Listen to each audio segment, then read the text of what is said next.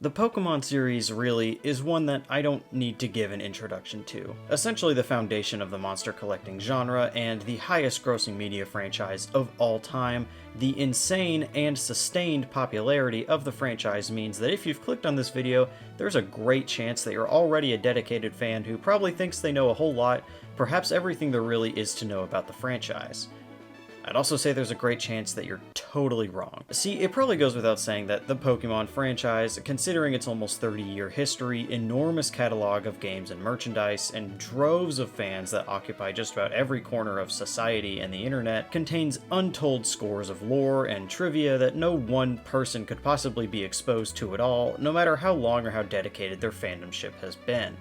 But that doesn't mean we can't try. About 2 years ago, the Reddit user The Big Lover posted a huge iceberg chart on the Pokemon subreddit with hundreds of entries that catalogs just about everything from obscure lore, classic fan theories, bizarre controversies, and countless other bits of trivia on the franchise, and to shake the rust off my YouTube channel, I've decided to dive right into it. The adjective apocalyptic here, I believe, is referring to the comprehensive nature and sheer size of the iceberg, so if you're here because you thought this would be 2.5 hours of theories solely detailing the end of the world that somehow concerns Pikachu and friends, I'm sorry to disappoint you. Having been a fan of the franchise since I begged my dad to buy me a used copy of Pokemon Pearl at GameStop 13 years ago, I thought that I had seen just about every weird thing this franchise and fandom had to offer, but I was dead wrong, as there are things on this iceberg I have never heard about in my storied Pokemon career, along with some absolute classics I hadn't thought about in ages. So whether or not you're a more recent convert to the franchise, or a hardcore veteran who's played every entry and has a complete living deck sitting in their Pokemon home, I'm sure this iceberg will be a fantastic opportunity to learn some esoteric new knowledge on the franchise, or strengthen your memory on some classic fan theories and creepypastas. But if you get to a certain point in this video and start to think that you've heard basically most of these before, don't be afraid to skip around or check back in for the next video on this iceberg, as we've got some truly weird and obscure stuff later down the line. Researching this iceberg has been an enormous undertaking, and this video only covers the first 2 of 8 tiers of the iceberg, so if this first video does well, it looks like we're probably going to be here for some time. But with Pokémon Legends Z-A news hopefully just around the corner, I can't think of a better time to begin investigating some of this franchise's strangest secrets, and if this next Pokemon Day has rolled around without any kind of update on the latest game, then hopefully this video will at least help satiate your hunger for new Pokemon content. Also, if you ever feel like you want to check my sources or read further about any of the topics I discuss in this video, I'm linking a Google Doc of all the sources I used for each subject in the description. Plus, I'll be playing some Cobblemon in the background for this video to keep things chill, and while I will be showing plenty of visuals when necessary, feel free to play this video in the background while doing some chores, studying, trying to fall asleep, or hunting for your 89th shiny tandem mouse. With all of that out of the way, let's go ahead and dive into the apocalyptic Pokemon iceberg. These donuts are great! Jelly-filled are my favorite! Nothing beats a jelly-filled donut! Satoshi Tajiri. Satoshi Tajiri, as many Pokemon fans probably already know, is the creator of the Pokemon franchise. Born on August 28, 1965, in the city of Machida in West Tokyo, Tajiri grew up in the first generation in Japan, consumed by manga and anime such as Ultraman, carrying such inspirations with him into adulthood. Tajiri also grew up catching bugs in the hills, forests, and rivers outside his home, but his hobby would become more difficult as Tokyo developed such areas into bridges and dams, so Tajiri would eventually find a new hobby in playing video games such as Space Invaders, eventually leading to an interest in game development. After finding modest success on a self-published video game fanzine titled Game Freak, which featured game news and Easter eggs, Tajiri would begin to collaborate with aspiring illustrator Ken Sugimori, eventually turning Game Freak into a small game publisher with their first title, Quinty, published by Namco, the success of which allowed Game Freak to establish itself as an official company. After becoming frustrated with the fast-paced and luck-based games of the time such as the Dragon Quest series, Tajiri became inspired to create a new game based on exchanging things, after the development of the Game Boy's Link cable, which encouraged collaborative play between gamers. Game Freak eventually met with Nintendo about making a game centered around capturing, battling, and trading monsters. The development was long and difficult as Tajiri struggled to support himself and his fellow developers. He strongly believed in the idea, often staying staying up for 24 hours at a time and sleeping for 12 hours, a routine he found to be the most efficient for game development. Other ideas Tajiri had for Pokemon that didn't make the final cut were making the player give up their Pokemon to trainers that they lost to, exchanging Pokemon for in-game money, and making each map in the game randomly generated based on the player's trainer ID number. These ideas were eventually scrapped because they would be either too frustrating to the player or too difficult to implement, and Tajiri would tweak the game's concept alongside other developers such as Junichi Masuda or Koji Nishino and bring it to the version, or versions, that we recognize today. The finished Pokemon game, which would be split into 2 versions, featured an entire world for the player to explore, inspired by Tajiri's childhood in the hills of Mashida, and the default player's name in the Japanese version of Red and Green is Satoshi, as well as Ash's name in the original Japanese version of the anime. After the game proved to be an enormous success, Tajiri would work on other games, but would be drawn back to foster the series' continued success, spurring on rumors of the mysterious 151st Pokemon Mew, and acting as the director for Pokemon Gold and Silver. Though Tajiri would step away from public life and significant roles in Pokemon's development in the 2000s, Tajiri's name is inseparably attached to the Pokemon franchise as its creator. One commonly believed tidbit about Tajiri is that Tajiri has autism or Asperger's syndrome, which some use to explain his reclusiveness and childhood hobby of bug collecting. This, however, was ultimately just a rumor that likely originated from a book about Tajiri filled with various other errors, and the association with Tajiri and Asperger's came from a MySpace page with Tajiri's name on it, which was of dubious origin. This, as well as many other facts about Tajiri's life and career, are elaborated on in Did You Know Gaming's videos covering Tajiri, as well as translated interviews hosted by archivist Dr. Lava, which were major sources for this iceberg and will be linked in the sources document.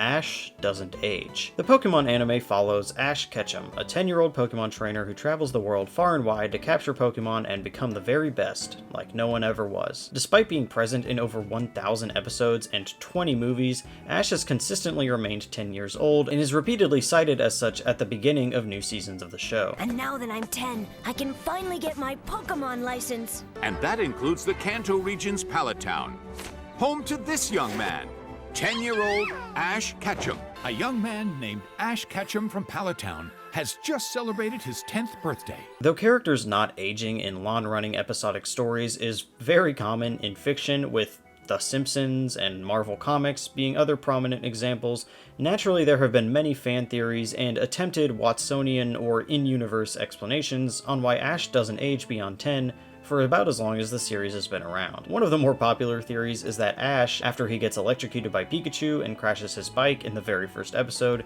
Ash doesn't actually recover, but instead falls into a coma, and the rest of the show is simply a dream that plays out in Ash's head. It was all a dream, or the main character being in a coma, is a pretty tired explanation though, and it's also a story that's been used to explain away the events or unusual premises of countless other shows. Other theories suggest that maybe Ho-Oh made Ash immortal or something, but all things considered, there almost definitely won't ever be a direct in-universe explanation for why Ash doesn't age. It's pretty clear that Ash has maintained being 10 years old because that's simply the main target demographic for new releases of the games, shows, and merchandise. Ash is generally considered to have matured throughout the events of the show though, learning lessons from episode to episode and season to season, and some dialogue concerning the passage of time by magnitudes of years or months is present at certain points in the series. Some fans also calculate that if Ash aged realistically during his adventures, he'd be anywhere from an older teenager to someone in his mid to late 20s. Surprised Pikachu. The Surprised Pikachu or Shocked Pikachu meme is pretty universally known to anyone who's touched a computer or phone in the past 6 years or so, being used as a reaction image to something surprising, and often used to mock real or theoretical people surprised by predictable outcomes to certain choices. The image comes from the 10th episode of the first season of the anime, Bulbasaur in the Hidden Village, where Pikachu can be seen in the corner of the screen with his iconic shocked face. According to Know Your Meme, the first instance of the screenshot being used was on Tumblr on September 26, 2018 by user Popoko. Lavender Town Syndrome. The Lavender Town Syndrome is an absolute classic creepypasta, or online horror story, that purports that children who listen to the musical theme for Lavender Town from the Generation 1 games may experience health issues that could lead to death or suicide. ideations. The original version of this legend/story asserts that there was a peak in incidents for children aged 7 to 12 in Japan shortly after the release of Pokémon Red and Green in February 1996, caused by Lavender Town's music, which contained extremely high sonic frequencies that only the sensitive ears of children could hear. Some versions of the story even claimed that this information was leaked by a supposed Game Freak employee named Satoru Harue. According to the story, over 200 children supposedly committed suicide, with many more developing health issues such as nausea, headaches, or irrational behavior, a phenomenon eventually known formally as Lavender Town Syndrome. Whether or not the syndrome was caused by the music directly or due to some kind of ghostly or supernatural element is unknown. After all, Lavender Town is home to a graveyard tower filled with the remains of deceased Pokemon and many ghost types in the game, making it an ideal site for something spooky like this to happen. Fortunately, the developers would fix the music before the game was localized for overseas distribution. As shown by a 2010 video, running the original Lavender Town theme through a spectrograph would, according to the story's lore, show a group of the Pokemon Unknown spelling out "Leave Now," which is odd since Unknown were created for the later Generation 2 games.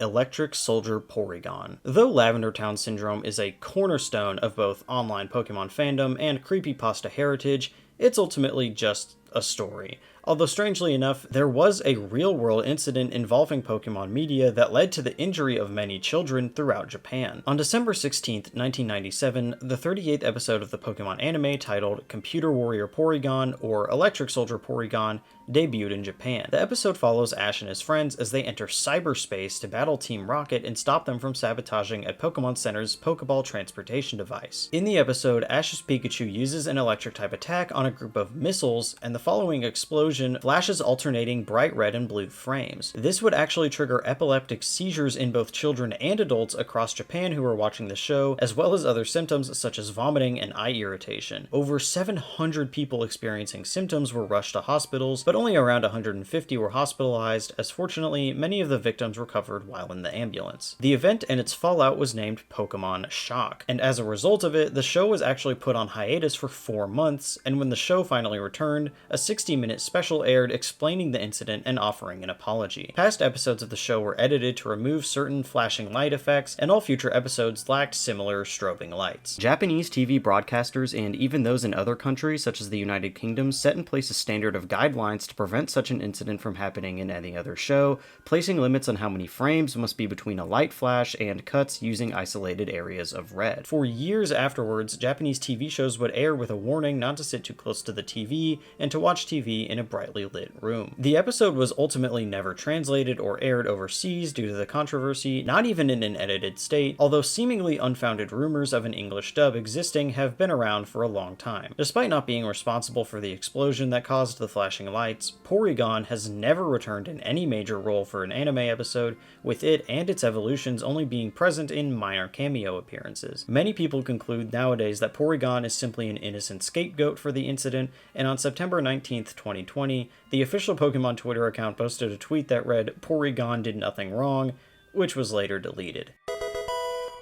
Jinx controversy. After the Pokemon Shock incident, many episodes of the Pokemon anime that were scheduled to air were delayed or rearranged in order. One of these episodes, a Christmas special titled Holiday Hijinks, was intended to be the 39th episode of the show, right after Electric Soldier Porygon in December 1997, but didn't air until October 1998 in Japan and December 1999 in America. After the American airing of the episode, a woman named Carol Boston Weatherford, who is an African-American author and cultural critic, publicly denounced Jinx' design as a negative racial stereotype. According to Weatherford's article, Politically Incorrect Pokemon, many of Jinx' features reinforce negative stereotypes of black people, such as the jet black skin, huge lips, gaping eyes, cleavage, and wiggling hips. Weatherford made similar criticisms of the Dragon Ball character Mr. Popo, who has some similar features. To play devil's advocate here, Jinx' design inspirations likely don't come from an intentionally racist frame point, at least not entirely. Jinx is likely inspired by various Japanese yokai of traditional folklore such as the Yama-uba, which is a light-haired, large-mouthed yokai who appears as an elderly woman who seduces unsuspecting mountain travelers, as well as women in clothing from various other locations and cultures such as Norse Vikings, which is perhaps a factor into the Pokemon's ice typing. In terms of Jinx's original pitch-black skin color though, this is likely based at least partially on a Japanese fashion trend from the 90s called Ganguro, which does literally translate as blackface, as well as the Kogal subculture from which Gengoro originated, which included Japanese youths sporting fake tans, blonde dye jobs, and other exaggerated implements of American hip-hop culture. So really, it's not unthinkable to draw at least a partial connection between Jinx's original design and the racist historical caricatures of blackface, even if the harmful implications of using such imagery for a Pokemon were likely lost on the Japanese game designers. It's also possible that Jinx's role as Santa's helper in the Holiday Hijinks episode was partially inspired by the Dutch folklore figure Zwarte Piet, a dark-skinned servant of Santa who likely also carries prejudiced connotations of a black servant serving a powerful white figure. All this considered, the ramifications of Jinx's original design are definitely unfortunate and harmful to some, but it's highly unlikely that Game Freak intended any offense or to intentionally reinforce any racist stereotypes. Anyways, when this controversy did break out, Game Freak revised Jinx's official design to have purple skin and played down the exaggerated facial features. These changes are reflected in Jinx's new official artwork for Fire Red and Leaf Green, the final design for Jinx's pre-evolution Smoochum, re-releases of both core and spin-off games, as well as future airings of anime episodes Jinx appears in, including Holiday Hijinks. A similar change is also reflected in a reworking of Blossom's design after the official artwork for Gold and Silver was released, but before the official sprite was implemented into the games. Banned episodes. Electric Soldier Porygon and Holiday Hijinks are not the only episodes of the Pokemon anime to have faced scrutiny by specific countries or cultures that caused them to become banned from the air. There are a small handful of episodes that have simply never aired, such as a New Year's Eve special that was cancelled due to the Pokemon Shock incident, as well as one Advanced Generation episode and 2 Black and White episodes that never aired due to earthquakes in Japan in 2004 and 2011, respectively. Some English dub episodes that were famously banned are Beauty and the Beach, which featured James from Team Rocket wearing an inflatable bodysuit with large breasts, and episode 35, which heavily features handguns, one of which gets pointed directly in Ash's face. Episode 250 never saw a widespread release as it featured the Pokemon Jinx's old design. Perhaps the most recent major banned episode was Sun and Moon episode 64, which features Ash wearing dark face paint in order to look like the Pokemon Passimian. As for other areas, several episodes were banned in South Korea due to the presence of various Japanese cultural elements, such as traditional Japanese clothing, festivals, or architecture, and these bans were often to the detriment of continuity. For example, the episode Fighting Flyer with Fire was banned in South Korea, despite it being the episode in which Ash wins his first Johto region badge.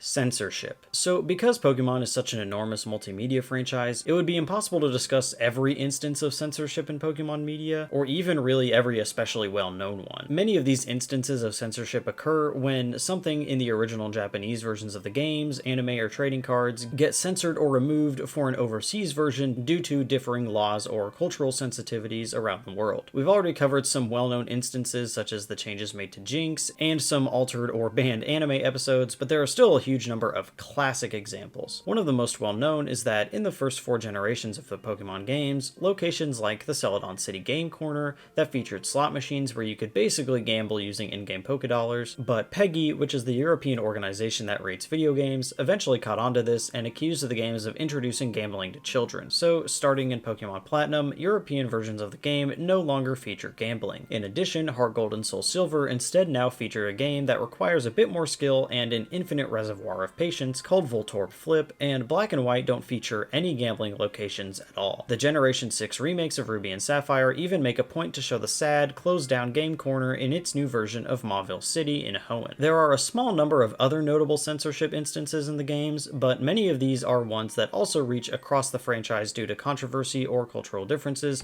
such as Jinx changing its color from black to purple in Gold and Silver, although an unfortunately sprited Registeel in Gen 4 did need to be reworked before release overseas. Generally, some of the more famous examples of censorship in the franchise come from the anime specifically, such as 4Kids going to great lengths to obscure rice-based Japanese foods from early episodes in the American dub.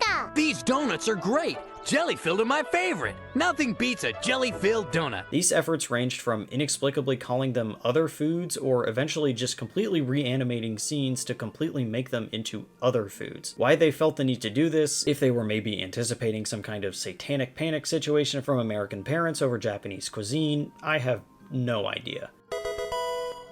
Peekaboo. So in the first Pokemon movie, Mewtwo Strikes Back, several Pokemon were introduced for the very first time that would later properly debut in the Gen 2 games of Gold and Silver. Among these Pokemon was Marill, whose real name wasn't immediately made officially known, so many people simply called it Peekaboo, probably because it's blue and bears a superficial resemblance to Pikachu, being round and rodent-like. Additionally, some people thought it may be an evolution or a different form of Pikachu somehow. Interestingly enough, Marill is referred to as Peekaboo in the Topps trading cards for the first movie before its name was officially revealed. Peekaboo is essentially just one in a very long line of playground rumors and fun pieces of misinformation fueled by the imagination of kid fans back in the day. Ho-Oh in Episode 1. It is very common knowledge by this point that Ho-Oh, the legendary Pokemon from the Johto region that features on the front of Pokemon Gold's cover, appeared at the end of the very first episode of the Pokemon anime, Pokemon I Choose You. It appears after Pikachu and Ash fend off a flock of vicious Spearow and can be seen flying majestically through the sky towards a rainbow. When Ash tries to identify it with his Pokedex, even it doesn't recognize it. As covered earlier in the video, some people had fan theories that Ho-Oh had something to do with Ash's survival, or even maybe brought Ash back to life or made him immortal, but its presence in the episode was probably just to emphasize the limitlessness and mysterious nature of the Pokemon world and all the unknown Pokemon Ash had yet to meet. Ash would even mention his encounter with Ho-Oh to Professor Oak later in the show, but Oak wouldn't believe him. Contrary to some popular belief, this was not the first time that Ho-Oh was revealed to the public. Ho-Oh was first revealed along with the Gold and Silver games themselves in the August 1996 issue of CoroCoro magazine, while the anime first premiered in Japan in April 1997. But still, it is crazy to think how in the very first episode of the anime, we were seeing a Pokemon that hadn't yet officially appeared in any games.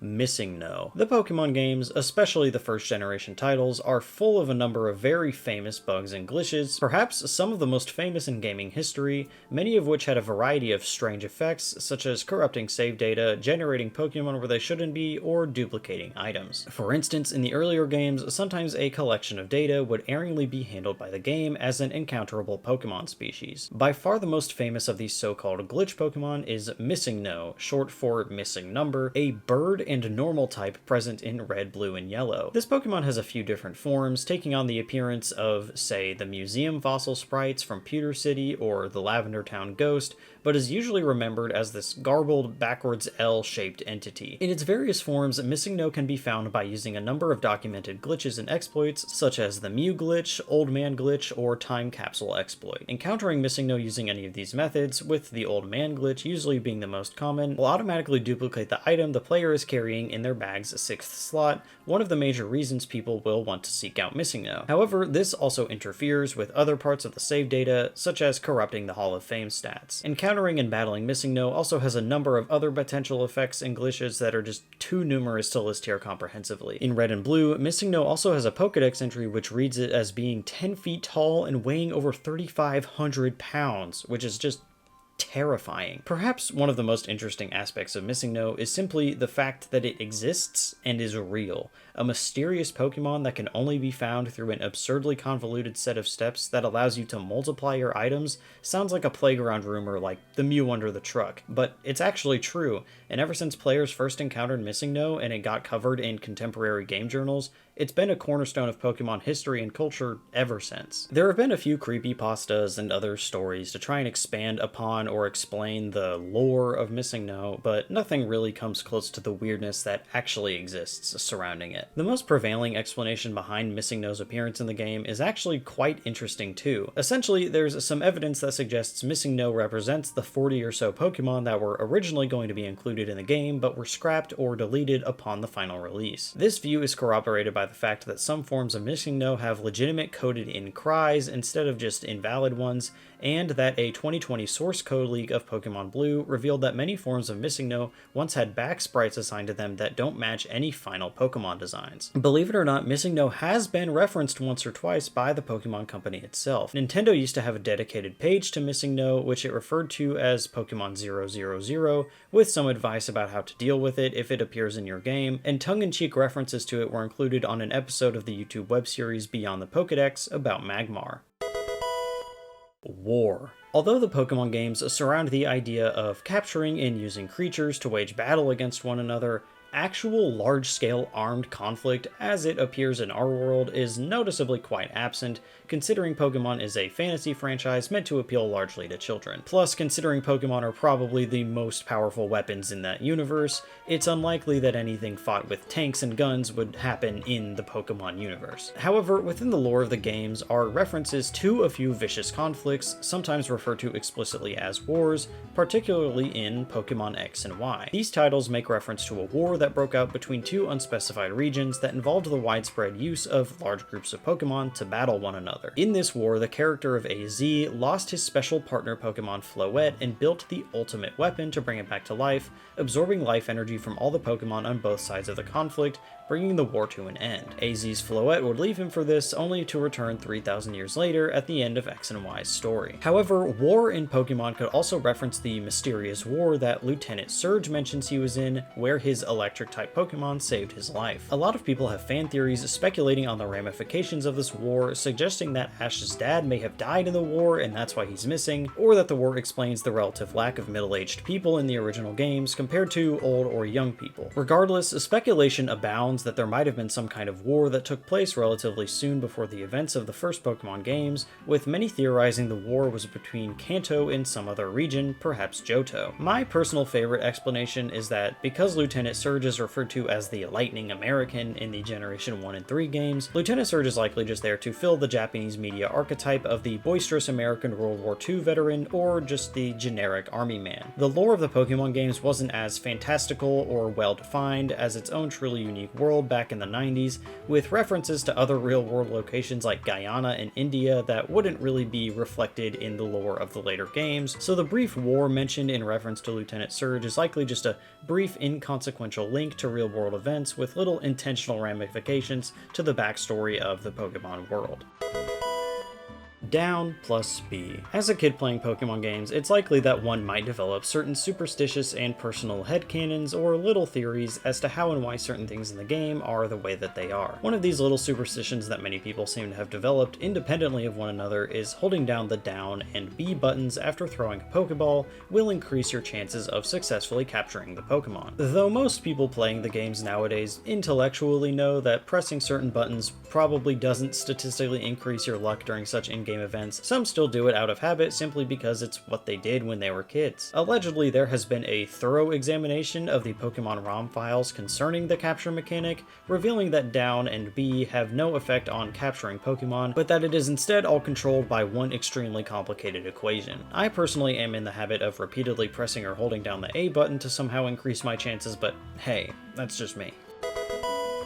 Female Mr. Mime, Slowking, and Slacking. A small few Pokemon, despite being able to be either male or female, are given male-coded language in their names, specifically Mr. Mime, Slowking, and Slacking. All three of these Pokemon have an equal chance of being either male or female despite having King or Mr. in their names. Mr. Mime doesn't have any references to gender in its Japanese name, and Mr. Mime was created before the introduction of gender as a game mechanic, so the discrepancy is understandable. Famed Pokemon translator and localizer Nob Ogasawara was quite prescient about the issue though, saying that if they make sequels and they give genders to Pokemon, we're going to be hooped. Female and male Nidoran being separate species was also something that Nob has claimed to have seen an issue with. Mime Jr. and Mr. Rhyme, Mr. Mime's pre-evolution and Galarian evolution, who also use male-coded honorifics, are also capable of being either gender, and they have these names despite being in much later generations of games where gender had been a thing for quite a long time.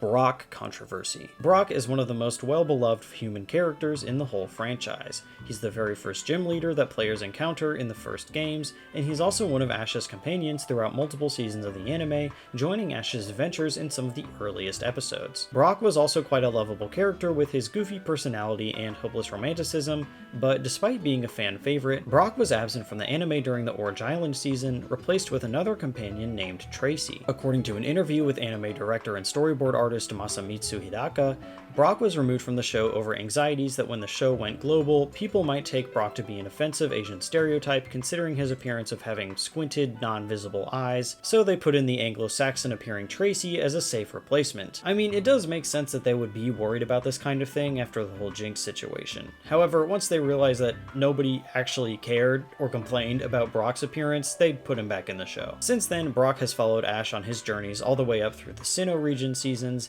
after which he would be replaced by other male companions such as Silent or Clement, but would return in the Sun and Moon and Pokemon Journey seasons at various times.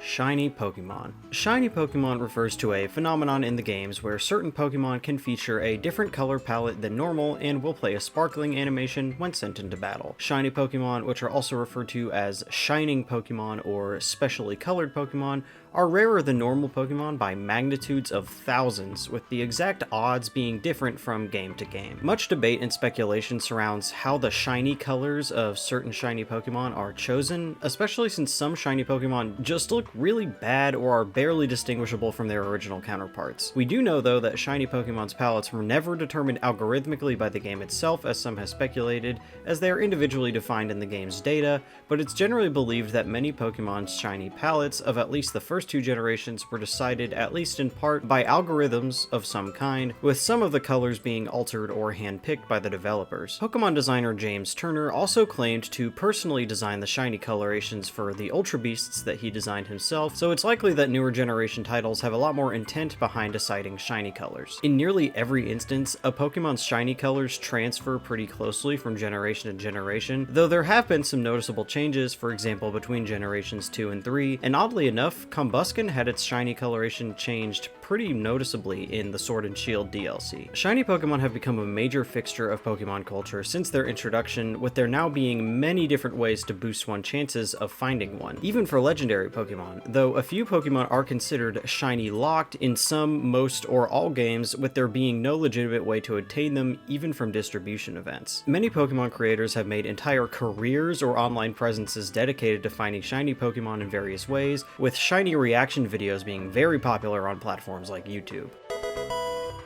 Ash's father. Ash in the Pokemon anime, like many of the protagonists of the Pokemon games, has a dad that is completely absent from Ash's life. He's hardly been mentioned in the show at all, but it's stated in the show's second episode that his father went on his own Pokemon journey at some point, but it seems like he really hasn't been around for much, if any, of Ash's life. Some unofficial information from people who worked on the Pokemon anime could serve as some kind of illustration for what Ash's dad might be like. For example, in an interview for a storyboard artist for the series, the artist reiterated that Ash's dad is on his own Pokemon journey and also mentions that his grandfather is too. Additionally, in some extra commentary featured on DVDs for the Spell of the Unknown episode, the producer said that more about Ash's dad would be revealed in Season 5, but that never came to be. People have made plenty of their own serious and/or joke theories, like that Ash's dad is Giovanni or Professor Oak, or that he's the Mr. Mime owned by Ash's mother. Some people think that Ash's father is a Pokemon that was important in one of the movies, or is a character like Gary or Brock who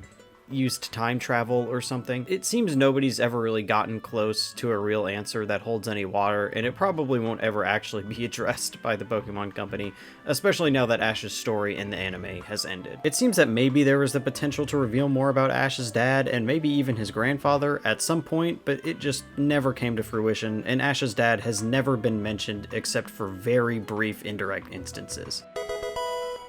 Real-life animals. Although a good 3/4 or so of all Pokemon are based on real-world animals or creatures of some kind, directly or indirectly, I imagine this entry is talking about the fact that in the franchise's early days, and even a little bit in recent times, real-world animals have appeared in different Pokemon media. This extends beyond Pokédex entries and such, referring to Pokemon by certain real-world biological terms, like Pikachu being defined as the mouse Pokemon. Bulbapedia has a pretty comprehensive list of all of these instances where a real creature is mentioned or actually directly appears in games or other media. For example, certain phrases and idioms that appear in the real world are spoken by characters in the games, such as how cow saying, "Hooey," that gave me chicken skin. Real bees show up for the animations of Vespiquen's signature moves, Attack Order, Defend Order, and Heal Order, and for a more well-known example, yellow ducks appear around a Pokemon's head when they're confused in most generations. In the anime, especially the first couple seasons, mentions and appearances of real animals are actually quite frequent. In the third episode, a Pidgey can be seen eating an earthworm, real fish show up in Misty's gym, etc. There's a whole bunch of examples from those early episodes. Though there are some minor examples of this from later episodes of the anime, like the occasional starfish or seashell, Pokemon's world building has typically excluded referencing real-world animals, with Pokemon almost universally being considered the most common form of life in that universe. Earlier pieces of Pokemon media featured more indirect references to animals, likely because the kinks of the world building hadn't been fully hammered out yet, and not enough Pokemon had been introduced yet to fill every ecological niche. Though people have their own theories to explain why this is the case, similar to why there are references of war in Pokemon, it's unlikely that real-world animals are intended to have much of a literal presence or effect on the Pokemon world, and are almost always used as simply familiar background decorations. The TCG. Virtually anyone who has heard of the Pokemon franchise knows that Pokemon isn't just one thing. It isn't just a game or just a show, and not least among its many aspects is the massive trading card game, which has been around since 1996. Though not actually the first collectible trading card game based on Pokemon, being preceded by the Pocket Monsters Card-Ass trading cards, the Pokemon TCG that we know today has a competitive aspect to it, alongside the collection aspect, somewhat similar to Magic the Gathering. This game wouldn't see an overseas release until 1999 with Wizards of the Coast's release of the base set in North America, but became and has stayed immensely popular ever since the release of that very first base set, which to this day contains some of the most recognizable and expensive Pokemon cards ever released. The actual gameplay of the game requires a deck of 60 cards, which contain Pokemon cards, trainer cards that have unique effects, and energy cards, which are required to perform most of the actions of Pokemon in battle, a bit like how land and mana functions in Magic. Pokemon cards each have signature artwork and a set amount of actions they can take that require energy cards and can have additional effects on the player, their opponent, or either of their Pokemon or other cards. Two players set up 3 basic or unevolved Pokemon to do battle against each other, being allowed to evolve their Pokemon and take prize cards from their opponent when an opposing Pokemon runs out of HP. Whoever can take 6 prize cards from their opponent first wins the game. Of course, there are several more rules and many other types of Pokemon and versions of evolution introduced throughout the game's countless expansions, but that's just a basic overview. The Pokemon TCG continues to be a massive cornerstone of the franchise culturally and financially, with tournaments being held at the annual Pokemon World Championships every year. In modern times, the TCG's prominence has only grown, with 11.9 billion cards sold in the fiscal year of 2023 to 2024, which is over 18% of the lifetime sales for the cards. Various online implements that allow players to collect, trade, and battle with virtual Pokemon cards have been released, such as Pokemon TCG Online and Pokemon TCG Live, with the more recently released Pokemon trading card game Pocket being the latest. There are also several websites and archives online cataloging the history of the TCG, all of the cards that have been released, as well as histories and analyses of popular strategies that have been used throughout the years. In more recent years, Pokemon card collecting has seen a huge resurgence, with many people making, watching, and sharing videos on opening rare cards, and this newfound market has incentivized the activity of scalpers, which is a whole other unfortunate topic we probably don't quite have the time to fully cover right here.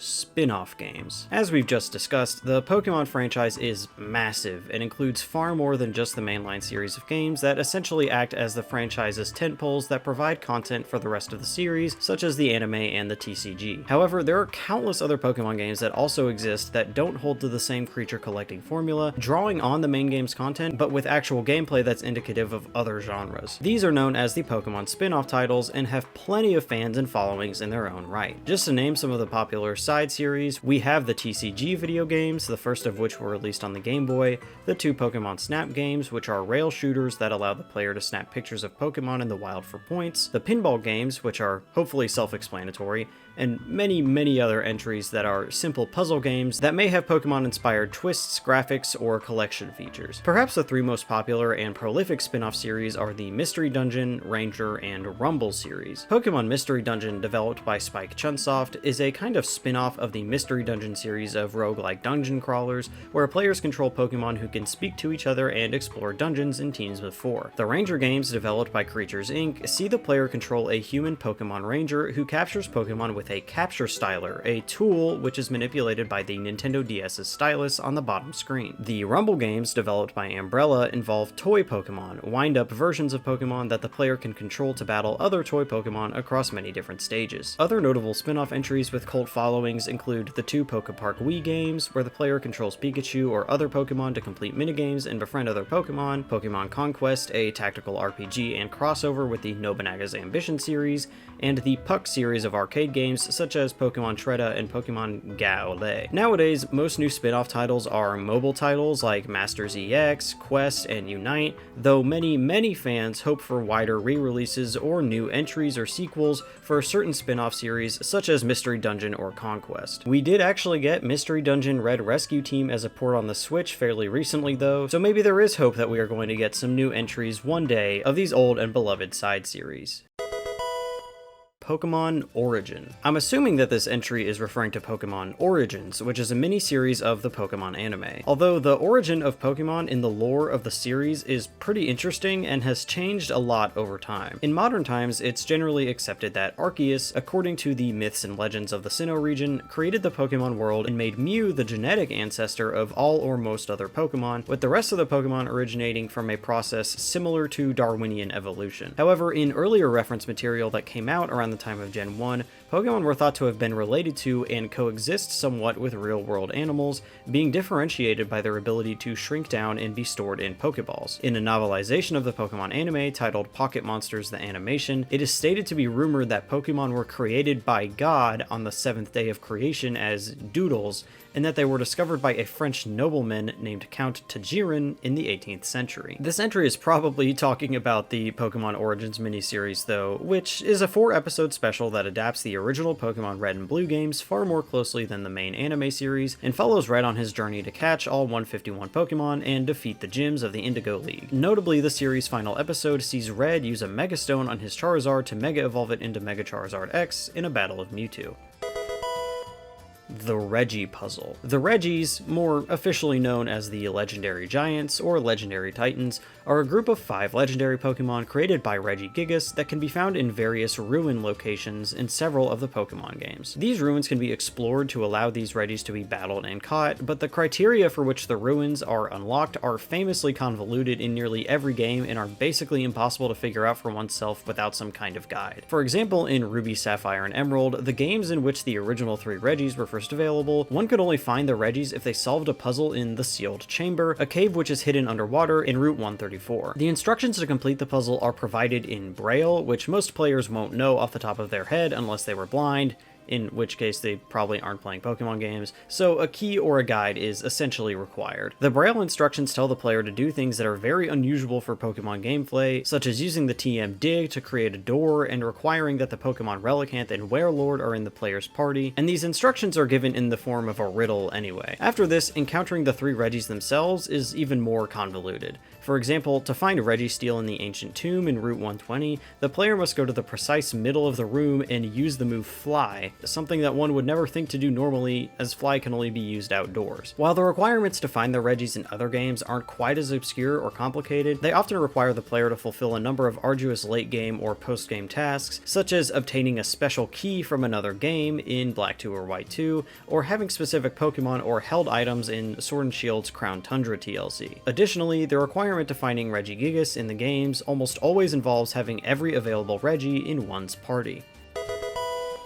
Bulbapedia. Bulbapedia is a wiki-style website about Pokemon that anybody can contribute to. A subsection of the overall Bulbagarden online community, Bulbapedia has been around since 2005 and remains one of the largest and most reliable databases on not just in-game data like Pokemon-based stats and locations, but also real-world information and trivia on virtually every Pokemon, game, character, move, anime episode, manga chapter, product line, etc. Bulbapedia articles on the various subjects in this very Iceberg video are usually the first place I would go to get the most accurate and comprehensive information on basically anything, as well as a good place to start finding additional sources. As best as I can tell, the history of Bulbapedia is pretty simple, rising from humble beginnings as a collaborative list of articles first released as a kind of Valentine's Day gift from Bulbagarden to the fandom that simply continued to grow. Head positions such as editor-in-chief have been passed down seemingly quite peacefully from year to year, and the reigns of certain head editors are marked by slight upgrades to the site's management and aesthetic. The site also appears to have stayed relatively free of controversy, with only some server stress issues and a scarcely documented vandalism event known as the Great Bulbapedia Turkey Shoot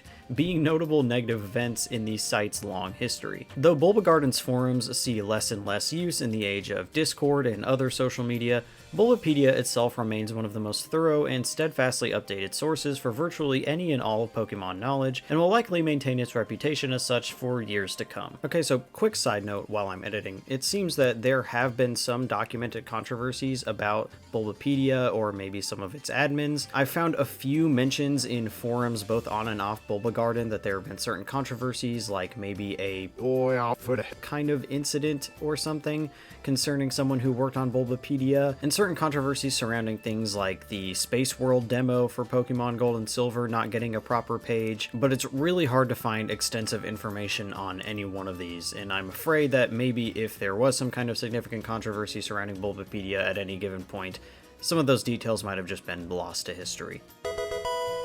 Clefairy was supposed to be the Pokemon mascot. For a very long time, the idea has circulated that Pikachu was not originally intended, at least at first, to be the primary face of the Pokemon franchise, but that this honor was intended at first for Clefairy, the normal type turned fairy type Pokemon that lives in the mountains and dances underneath the full moon. However, it seems that there really isn't any official information in the way of, say, interviews or records or any data that actually corroborates this idea, with fairly legitimate journalistic sources simply saying that the idea is generally accepted, but there's really no citing of any official sources. Basically, this Clefairy idea just seems to have been long stuck in the general consciousness of the wider fandom with no clear, singular origin point. People generally say when discussing this idea that the switch from Clefairy to Pikachu was supposedly a pretty last-minute one, citing Pikachu's popularity in the anime and the possibility of only female fans being receptive to Clefairy's appearance while Pikachu appeals to everybody. People also usually point to the fact that Clefairy was the primary Pokemon owned by Red in the first true Pokemon manga series, Pokemon Pocket Monsters,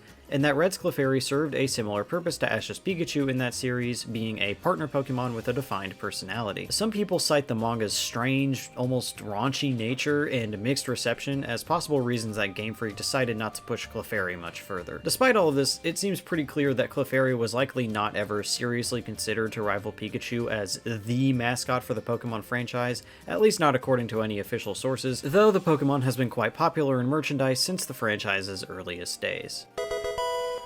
Pokemon equals Pocket plus monsters. The Pokemon franchise wasn't always called Pokemon during its early days. As we've already covered, the franchise was originally called Capsule Monsters during the early concept stages, but that name was already trademarked, so they switched to Pocket Monsters. The common belief surrounding the transition from Pocket Monsters to the contracted Pokemon in English was that the change was made so as not to conflict with another already trademarked property, Monster in My Pocket. Which is true, but the contraction was also apparently made during the early development of the original Japanese version of the game, which had also contracted the name into Pokemon in order to preserve space on the Game Boy's small screen.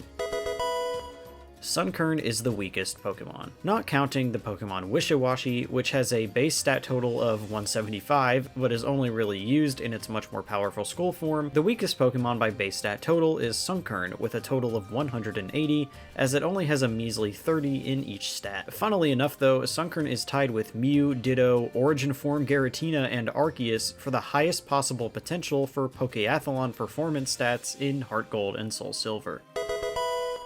Gyarados and Dragonite mixed evolutions. Some people think that at some point in development, Gyarados and Dragonite were swapped in their evolution lines due to the similar colors and bodily features shared between the final evolutions of the two lines and the opposite respective pre-evolutions. Magikarp is red and spiky, just like Dragonair, not really, while Gyarados is blue and squiggly, just like Dragonair, who is a totally different shade of blue and whatever, I think you get the point. Plus, when you look at the likely mythological inspirations behind these evolutionary lines, this fan theory kind of falls apart pretty quickly. Magikarp and Gyarados seem to be based on a Chinese legend about carp that are able to become dragons when they leap over the Long Men, or Dragon's Gate, a waterfall that flows from a legendary mountain. This legend is even referenced in Pokemon Snap, where you can take a picture of a Magikarp leaping over a waterfall. Knowing about this legend makes the transition from fish to sea serpent dragon monster thing make a little bit more sense. The Dragonite line seems to be not tied as closely to any single mythological origin, but according to Bulbapedia, the evolution line resembles the Imugi, a kind of proto-dragon from Korean mythology that begins life as a mysterious, benevolent, serpent-like creature that lives in aquatic environments. They are described as having the potential to evolve into full-fledged dragons if they successfully capture a mystical orb from the heavens, which is likely referenced by the blue orb on Dragonair's head. This matches up pretty well with how Dragonair are usually portrayed and the locations that they can be found in the games. Overall, it seems that both evolutionary lines have pretty clear design influences from real-world mythologies that handle the idea of aquatic creatures undergoing some kind of transformation, making the startling changes between each stage of evolution make pretty clear sense, with the similarities between the two lines like color or shape almost certainly being total coincidences. Butterfree and Venomoth mixed evolution. Similar to the Gyarados and Dragonite theory, there's another theory that suggests that the Butterfree and Venomoth lines also may have swapped their final evolutions during development, although in my opinion, this one holds a lot more weight. I mean, come on, Venonat looks just like Butterfree. From the coloration to the eyes and the mouth to where their hands are placed on their body, there aren't really any strong similarities between Venomoth and Caterpie or Metapod though, except for maybe some of the details concerning the body and the eyes. There doesn't seem to be any official behind the scenes or coding evidence that points to this being true at all, and considering that both lines are based on butterflies and moths, which change their appearances pretty dramatically before and after their metamorphosis, it seems that while there might be some early stage concept connection between Venonat and Butterfree, I don't imagine that there is ever much of a connection between Metapod and Venomoth. Ditto is a failed Mew clone. One very popular fan theory that is widely held as fact is that the Pokemon Ditto, the little purple blob that can use Transform to turn into any Pokemon, is actually a failed clone of Mew. The line of thought here is honestly very clear. Ditto and Mew are the only two Pokemon that can learn Transform, and because of the lore surrounding Mewtwo, we know that Mew was experimented on and cloned at least once successfully. Mew and Ditto both weigh 4 kilograms, have perfectly even stats, are both pinkish in color, and both turn blue in their shiny palettes. Perhaps some of the strongest evidence for this theory is that Ditto can be found in Cerulean Cave in Kanto and the Pokemon Village in Kalos, two locations that Mewtwo lives in, as well as the derelict Pokemon Mansion on Cinnabar Island, the place where the Mewtwo experiments were originally performed. Though this fan theory feels very airtight, there's sadly absolutely no evidence in the way of interviews or behind the scenes archives that contribute to the idea that Ditto and Mew or Mewtwo are actually intentionally linked in terms of conceptual origin or official lore. According to the evidence compiled in Did You Know Gaming's fantastic Pokemon Myths Debunked video, Junichi Masuda had never even heard of the theory before a 2012 Game Informer interview asked him about it. Masuda also claimed in an earlier article with Gamer Magazine that Ditto simply began as a tribute to the classic yellow smiley face that was big in the 90s. Overall, I would recommend Did You Know Gaming's video on the subject, which I will link in my sources document, for a more thorough examination and debunking of the evidence surrounding this legendary theory.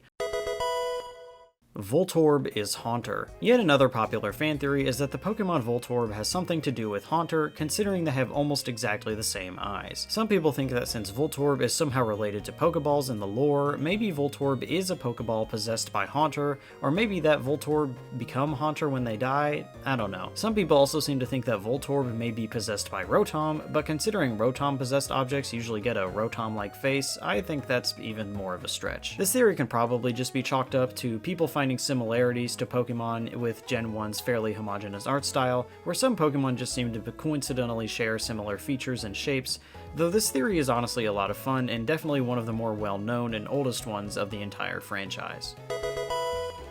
Charizard and Gyarados are Dragon-type. One of the biggest subjects of speculation in the franchise is the question of why certain Pokemon such as Charizard or Gyarados aren't Dragon-type, but certain others are. After all, certain Pokemon with a very clear reptilian or draconian features simply don't have the dragon type, and several others do, despite not really looking like dragons at all. My favorite explanation for why this is comes from a video by Loxton and Noggin that explains that dragon-type Pokemon pull from so many historical and cultural ideas of what dragons can be, from traditional Western and European dragons to dinosaurs and other reptilian creatures, but that the primary reason some are Dragon-type and others aren't is because of Dragon-type's affinity with raw, arcane magical energy, perhaps the Infinity Energy which is mentioned in some of the games. Some Pokemon, many of whom are dragons but many are not, master this energy natively and become Dragon-type, while some Pokemon who aren't Dragon-type can still harness this energy and learn Dragon-type moves like Charizard or Gyarados. Anyways, just watch Loxton's video if you think this subject or this explanation of it is interesting. It's the best explanation that I've heard for why certain Pokemon are and aren't Dragon-type. And anyway, Lance did say pretty plainly in the Pokemon Masters EX game that not all Pokemon considered dragons are Dragon-type, so I imagine that settles the matter even further.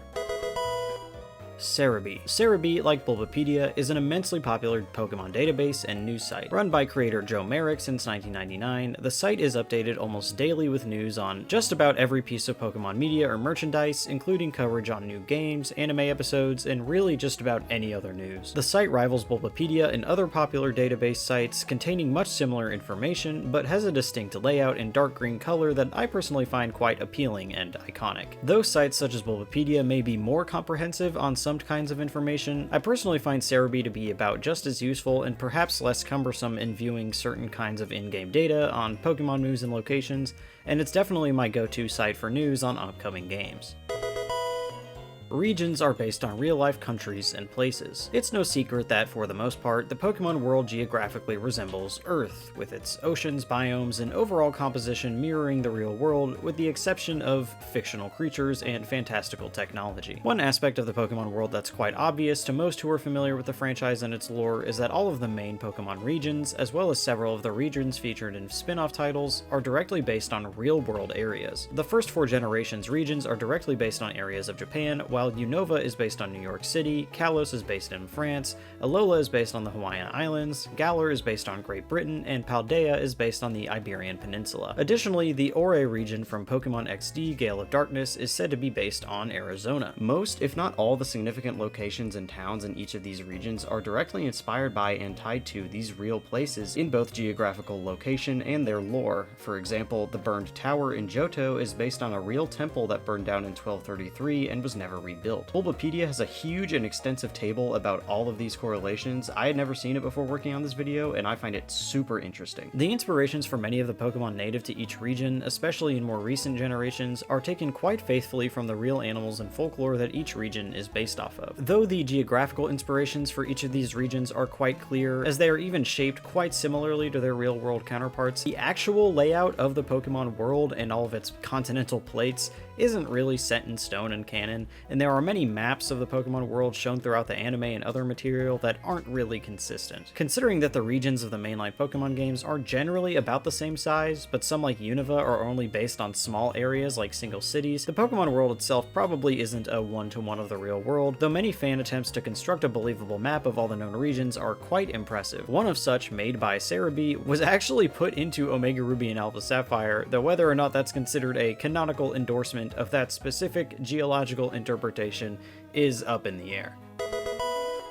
What is inside Pokeballs? Pokeballs are essentially super futuristic fantasy technology whose properties don't really match anything that's currently possible or recognizable in the real world, so considering that living things spend substantial amounts of time inside them, the question of what exactly is inside them when nobody is looking is a pretty interesting one. Lore ranging from both the canonically transient early days of the franchise to more recent but chronologically early entries such as Legends Arceus assert that Pokemon have the ability to shrink down in size, and that Pokeballs Pokeballs artificially induce this shrunken state in order to store Pokemon inside of them. Though we have plenty of views from the inside of an empty Pokeball in the anime, how a Pokemon perceives the inside of it when closed isn't 100% clear, though we do have some evidence. Junichi Masuda explained in an interview that he thought it's safe to say that it's very comfortable inside of a Pokeball, and it's a very comfortable environment, maybe the equivalent of a high-end suite room in a fancy hotel. This is virtually the only official statement from a game developer I could find on the subject, and the implications I think are pretty big. This seems to imply that Pokeballs aren't just empty mechanical shells, at least from the perspective of the Pokemon inside them. Though it's unclear whether any comforts or accommodations a Pokemon might have inside of a Pokeball are real or just imagined within a captured Pokemon's mindscape,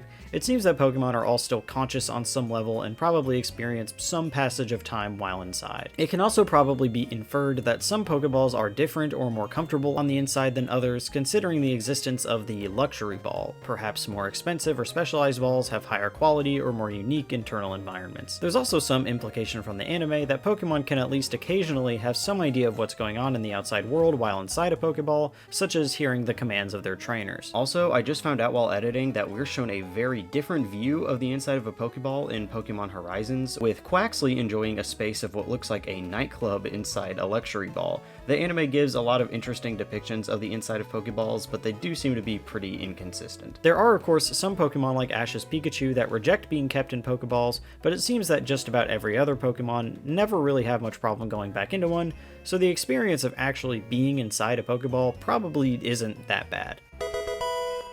Mew glitch. The Mew glitch is a pretty well-known glitch that's present inside all of the Generation 1 games, so called because it allows the player to encounter Mew outside of legitimate means, though it can also use to catch basically any Pokemon in the game, as well as several glitch Pokemon. The glitch is essentially an alternate version of the trainer fly glitch. This glitch is executed when the player escapes the line of sight from certain trainers who have the maximum line of sight, using the move fly.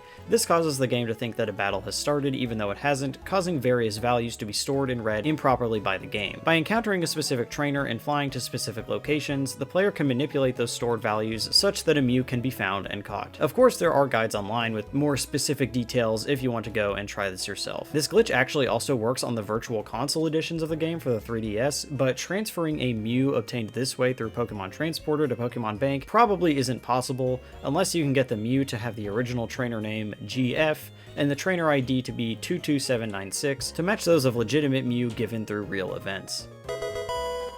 Glitch City. Glitch City is a term that basically refers to any corrupted map that can be found in the Gen 1 games, specifically through glitches, bugs, or exploits. Glitch cities can be accessed by paying 500 Pokédollars to enter the Safari Zone, entering a game, turning back around, saying no when the attendant asks you to leave, doing all that again, then saving and resetting the game.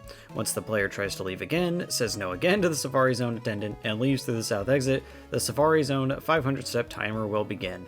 After this, the player can go to another location, and once the timer runs out, the player will be warped back to the Safari Zone gate, where they will finally exit out into Glitch City. This won't work if the player was in a certain city when being warped, as many of the larger cities have a warp tile that would simply warp them back to where they're supposed to be. Essentially, whatever Glitch City the player finds themselves in is a jumbled, corrupted version of the map the player left when the Safari Zone timer ran out. Glitch cities have a number of bizarre properties. For example, they can include surfable non-water tiles and cut trees that can't be cut down. There isn't much you can do that's truly useful in a glitch city other than accessing certain areas early by using a pre-poisoned Pokemon to make the player warp back to a Pokemon Center when it faints, and you can easily teleport or fly out of a glitch city once you find yourself there. Despite its relative tameness as far as Gen 1 glitches go, Glitch City as a term has left quite the impression on the Pokemon fanbase, lending its name to the Glitch City Laboratories community and its successor, the Glitch City Wiki, which are sites that both catalog the many glitches found inside the Pokemon games, as well as Glitch X City, a well-known YouTuber famous for her remixes of music from Pokemon and other video games.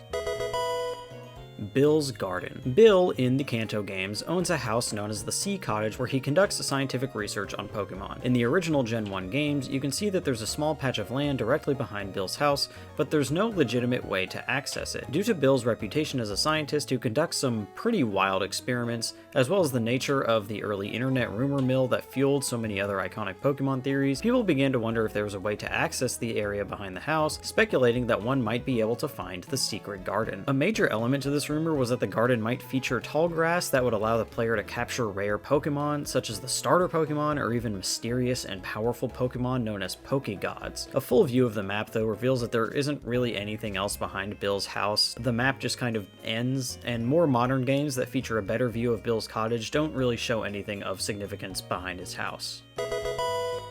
Rhydon is the first Pokemon. There's a pretty common joke or philosophical quandary that's pretty popular in the Pokemon fandom regarding who is technically the first Pokemon.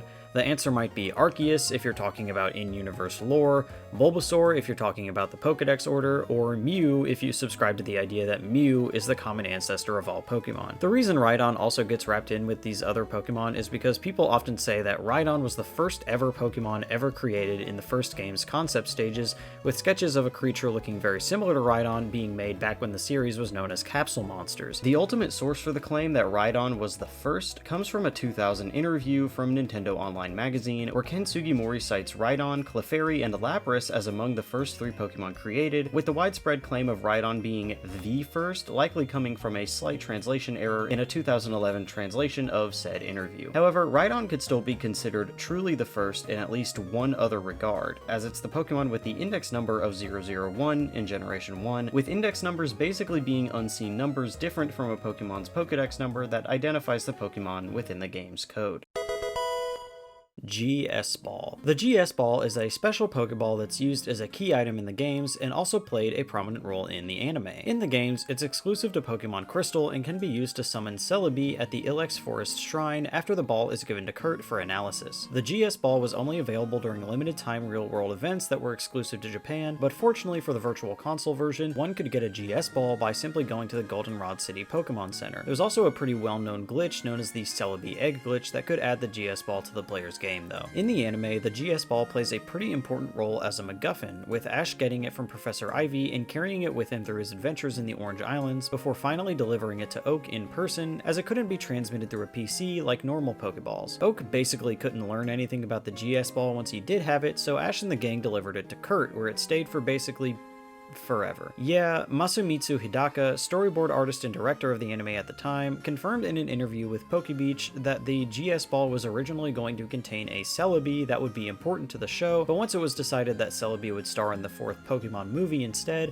they decided to just scrap it and hope that everyone forgot about the GS Ball. I wasn't exactly alive when those episodes were airing, but it seems that fans never actually did forget about the GS Ball, and people regularly cite it as one of the anime's biggest unsolved mysteries or most disappointing loose ends. In the manga, the ball has some original lore involving Ho-Oh and Lugia. As shown in the Gold, Silver, and Crystal saga of Pokemon Adventures, Pryce was actually the one who created the GS Ball to capture Celebi, as the feathers from Ho-Oh and Lugia had properties that could control Celebi's time-traveling abilities.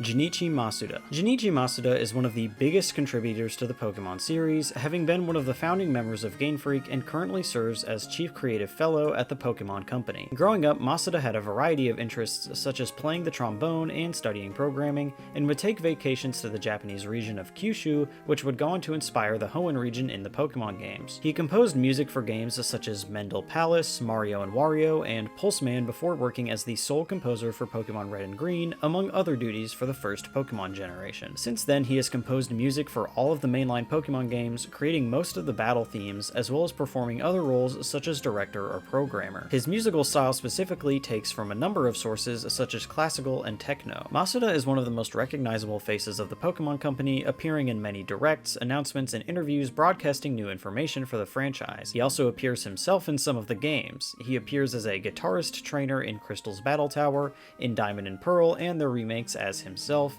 and in Omega Ruby and Alpha Sapphire in a super secret base accessible by QR code. Tsunekazu Ishihara. Tsunekazu Ishihara is the current president and CEO of the Pokemon Company, as well as the founder and former CEO of Creatures Inc. Starting his career in advertising, film production, computer graphics, and video game book production, Ishihara founded Creatures Inc. in 1995 to assist in the production of Pokemon Red and Green, and is credited with the initial creation of what would become the Pokemon trading card game. Ishihara has been president of the Pokemon Company since 2001, and was CEO of Creatures Inc. from its inception in 1995 all the way until April 2020. 2023. Ishihara has also been credited as a producer or executive producer on nearly every major mainline and spin-off title, as well as countless other credits on Nintendo games such as Earthbound and Mario's Picross. Ishihara has also starred in many Pokemon Directs and other Pokemon announcements, directly telling viewers about new information concerning upcoming games and projects, such as when he announced in 2017 that a new Pokemon game would be coming to the Nintendo Switch. I also wanted to point out that Ishihara's resume also includes a mysterious, unproduced game known as Cabbage, originally intended to be made for the Nintendo 64DD, alongside other Pokemon contributors such as Miyamoto and Iwata, but that might be a rabbit hole for another day. Pokemon Go. Virtually anyone over the age of 12 will remember how Pokemon's breakout augmented reality game completely took over the world when it came out in the summer of 2016. In 7 days, people were using it more than Twitter, servers were crashing worldwide, Nintendo stocks skyrocketed, people were writing songs, influencing elections, comparing it to religions. Really, you just had to be there. Pokemon Go is still fairly big nowadays, 8 years later, but in 2016, everybody was playing this game, running around to catch some of the original 151 Pokemon in real life for basically the first time ever. The game originally started out as basically just an April Fool's joke or proof of concept from Google, with a video being released on March 31st of 2014 of a new Google Maps based game that allowed users to catch Pokemon at certain locations in the real world. The eventual game that was released was really little more than a tech demo, supposedly offering an opportunity to work at Google for the dedicated few who could catch every Pokemon. If you did go around to various locations in the world on Google Maps to catch the 151 available Pokemon though, you would get sent a letter of congratulations and a Pokemon Master business card. Pokemon Go in full force would begin development in 2015 as Niantic, the subsidiary of Google that helped make the Google Maps Pokemon Challenge, spun off as its own company. The game would release throughout the world in staggered release dates between March and June 2016, and really the rest is history. Like I said, if you were at all sentient during that time, you have to remember the absolute mania that this game sparked and just how much it consumed the world. Even though very few of the features that the game would eventually implement, such as player versus player battles and trading, the simple gameplay loop of walking around to find and catch Pokemon in the real world through augmented reality proved insanely addictive. It got referenced and studied in media and politics. There are several notable deaths of people who were distracted while playing the game. It's perhaps one of the largest singular uniting world events in history, and people have joked that it's one of the closest times the world ever got to world peace. The game doesn't quite hold as much worldwide focus as it used to, but still remains insanely popular, with over 100 million active users each month, and has gotten loads of updates to bring in the remaining Pokemon from the games, including a handful of exclusive Pokemon and forms that can also be transferred to the main series through Pokemon Home. Other features the game now boasts include Mega Evolution and Dynamaxing, even as the main series usually cycles through such gimmicks, and even includes the long unused Shadow Pokemon mechanic from the GameCube games. Gotta catch 'em all. Gotta catch 'em all has been the slogan of the Pokemon franchise in English since the franchise's first days overseas. It's been reported that Norman J. Grossfield, the president of 4Kids Productions, which translated and distributed the anime overseas from 1997 to 2005, was the one that created the slogan during a pitch meeting with Nintendo and Hasbro. All Gen 1 and 2 games in America feature the slogan on their box art except for Yellow, but hasn't appeared on box art since Crystal. It's thought that the slogan was retired from the game's box art as the total number of Pokemon increased to over 300 in Generation 3, and obtaining all of the Pokemon in that generation on a single game cartridge is notoriously difficult even today. The inability to trade Pokemon from Gens 2 to 3 was likely also a factor in removing the slogan. Overall, it's likely that at that point in the franchise's history, the Pokémon Company didn't want to highlight a feature of their games that was difficult or impossible for most players to actually complete. The slogan has been used extensively though in other media and promotional material for the franchise. It's also very catchingly included in the original opening theme, as well as the Pokérap. During the Dexit scandal of 2019, many criticized Pokemon's decision to not include every Pokemon in future games, considering Gotta Catch 'Em All has long been such an iconic mission statement for the franchise as a whole. Mew behind the truck. Also known as Mew under the truck, this is yet another classic rumor or urban legend surrounding the original Gen 1 games. Basically, many people believed that there was something more to the truck that can be visited in Vermilion City on a hidden ledge that doesn't have anything else on it and can only really be accessed by surf. Strangely enough, this area becomes inaccessible when the SSN departs, which is before the player can normally obtain the Surf HM, further adding to the mystery. The truck sprite is also not found anywhere else in the game and simply serves served no obvious purpose other than for aesthetics. Needless to say, many players back in the day found this truck quite suspicious. Eventually, the story became that under some condition or completing some unknown objective, something rare could be accessed by moving the truck or finding something beneath the truck, and people probably decided on Mew, considering its nature as an impossibly rare and mostly unattainable Pokemon. Many said that you had to use strength on the truck to make Mew appear, or unearth a secret Team Rocket base where Mew is waiting. The rumor, as modern players now know for sure, was sadly untrue, with Mew only being accessible through certain limited time events or various bugs. However, in future games set in Kanto, there are little Easter eggs that reference this old rumor. In Fire Red and Leaf Green, you can find a hidden lava cookie behind the truck, and in Let's Go Pikachu and Eevee, you can find a revive there once per day. Shigeru Omori. Shigeru Omori is a game designer who has worked at Game Freak since 2001 and contributed heavily to many of the mainline Pokemon games since Ruby and Sapphire, contributing his skills in game design, map design, plot design, concept art, and directing to virtually all of the main games since Ruby and Sapphire. Some contributions that can be directly attributed to Omori include the development of Diamond and Pearl's Underground feature, Gen 4's cross-generation evolutions, sketching Sword and Shield's earliest environment concepts, and basing the character of Arven from Scarlet and Violet on his own experiences losing his parents at an early age. Omori was appointed as Junichi Masuda's successor in 2014, being the director on all new generation installments starting with Sun and Moon. Omori is also known for doing much of the press interviews and online announcements for Pokemon game news, being one of the major faces of Game Freak and Pokemon alongside Masuda. It's safe to say that the franchise simply wouldn't be what it is today without Omori's direction and contributions.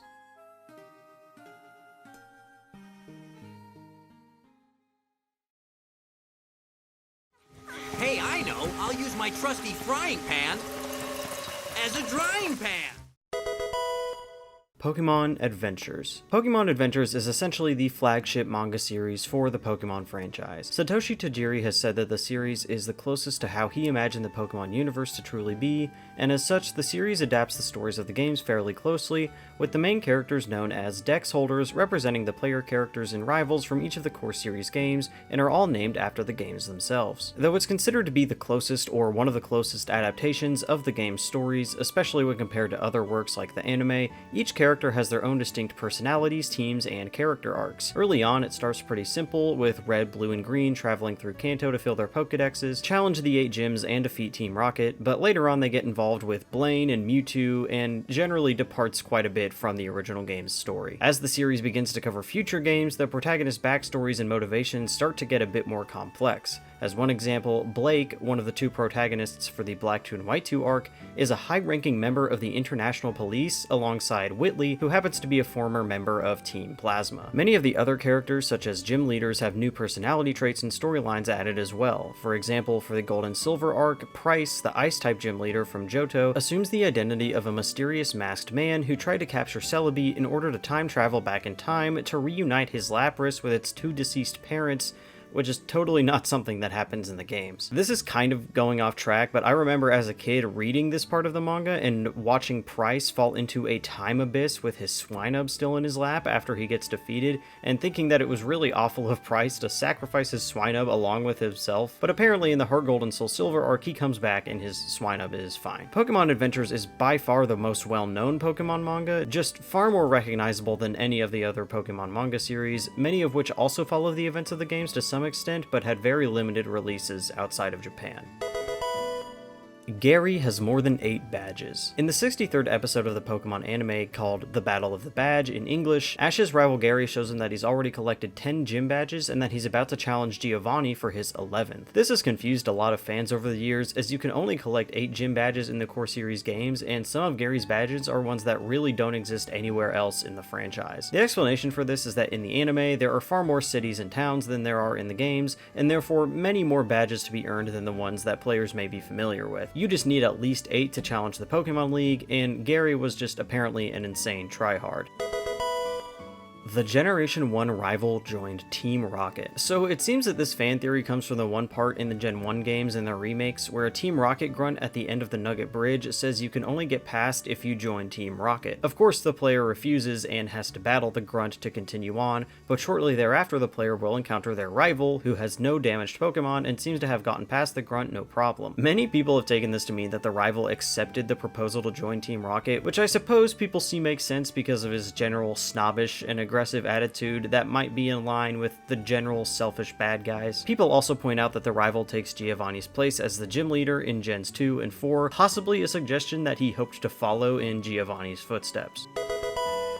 More than one legendary or mythical Pokemon. Legendary and mythical Pokemon are classifications of certain Pokemon species that denote those who are especially powerful or rare, and usually have some kind of importance to the lore or story. Typically, individual legendary Pokemon that appear in the games are only catchable once during the story, and it's implied that this Pokemon is the only one of its kind in existence, at least in each individual universe. There are a number of exceptions to this, however. Of course, if you say play Omega Ruby and catch a Groudon, then have your friend trade you another Groudon, you would have 2 Groudon, but considering each Pokemon cartridge is like its own little Marvel universe and trading is like sending things across individual universes within a larger multiverse, this doesn't really change the fact that in the canon, there's only one Groudon. But for some legendary Pokemon, it's simply shown or suggested that multiple of them can exist at the same time. For example, a baby Lugia is shown in the anime, implying that at least in that continuity, Lugia can reproduce, although its gender and egg groups are unknown in the game, meaning that it can't breed. Some legendary or mythical Pokemon like Kubfu or Zarude are implied to be one of many, even if only one is encounterable within each game. In Pokemon Let's Go Pikachu and Eevee, one can find Articuno, Zapdos, or Moltres in the wild as extremely rare wild encounters independent of the usual static encounters. This isn't even to mention their regional forms, so who knows just how many of the legendary bird trio are allowed to exist in each universe. In nearly all cases, however, you can only obtain one of each available legendary Pokemon in each game that they're available. Ghost Girl in Generation 6. Though there are a number of supernatural or creepy female characters in the Pokemon franchise, this entry is talking about a particularly infamous example from Pokemon X and Y. In those games, if you enter the second door of a particular building in Lumiose City, the lights will flash and a Hex Maniac will appear behind the player. The figure will glide slowly without a walking animation around the player, examining them before saying, "No, you're not the one," before moving off screen and disappearing. Naturally, putting such a bizarre one-off event in the game caused all kinds of rumors and theories. Some people thought that she would eventually be incorporated into some kind of event, perhaps a distribution event for the ghost-type mythical Hoopa, but that never came to be. This guy on Reddit seems to think she has some kind of connection to AZ, and it might be someone who is revived by AZ, or possibly AZ's mom, but I don't think there's a lot of solid evidence behind that one. Perhaps the weirdest part about this whole thing is that nothing else in the game addresses or references this event or this character whatsoever. Some people try to make a connection between the Ghost Girl and an NPC from Black and White who disappears on a bridge, or a different Hexmaniac NPC somewhere else in X and Y. There is, however, another perhaps less creepy Hexmaniac at Mount Pyre in Omega Ruby and Alpha Sapphire that says the same thing to the player, but that doesn't exactly explain things any further, only raising more questions, if anything. There's also a bizarre message on the back of a board at a train station in X and Y that says, "I'm going to go for help. Wait in the usual place." People try to connect this message to the Ghost Girl, saying that the Ghost Girl stayed in the building while her companion waited to go get help for some reason, and then died there. Anyway, there doesn't really seem to be any real explanation for the presence of this girl, and in all honesty, was probably just meant to be a spooky Easter egg without much of a backstory, though this definitely scared the crap out of me when I played this game at 11 years old. Maybe when Legend Z comes out, we'll finally find out that she was a construction worker that died while building Lumiose City or something. Uri Geller. Uri Geller is an Israeli stage magician and illusionist known for his spoon-bending tricks, which he attributes to psychic abilities. What this guy has anything to do with Pokemon may sound odd to those not already familiar with this weird controversy, but this guy managed to get a Pokemon banned from the TCG for over 20 years. If you're familiar with Kadabra, one of the original Psychic-type Pokemon, then you've probably already caught on that Uri Geller's spoon-bending tricks bear a resemblance to Kadabra's design origin and in-game abilities. Kadabra's name in Japanese is almost certainly a corruption of Uri Geller's name, and Kadabra even has a signature move, Kinesis, whose animation features spoon bending. Uri Geller eventually caught on to all of this and told news outlets in December 1999 that he was planning to sue Nintendo $100 million for unauthorized use of his likeness in Pokemon cards. He took issue with one Pokemon card in particular, the Dark Kadabra card from the 1997 Team Rocket expansion. The card, which read as Evil Youngerer in Japanese, to Geller seemed to make him out to be an evil occult character and had further anxieties that Kadabra's design in general was anti-Semitic due to the 5-pointed star on its forehead, as well as the lightning bolt lines on Kadabra's abdomen, which kind of resemble the insignia of the Schutzstaffel, which was a Nazi paramilitary organization. In actuality, the star symbol and lightning bolts come from Zener cards, which are a kind of prop used to measure one's potential for extrasensory perception or psychic powers, and Uri Geller had used them in some of his shows. Geller's cases were dismissed in both Japan and America because he wasn't a resident of either of those countries, nor did he have a trademark on his name in those countries either, and his last lawsuit was dropped in 2003. However, it seems that Pokemon wanted to avoid any further controversy anyway, so for 20 years, no Kadabra cards were made.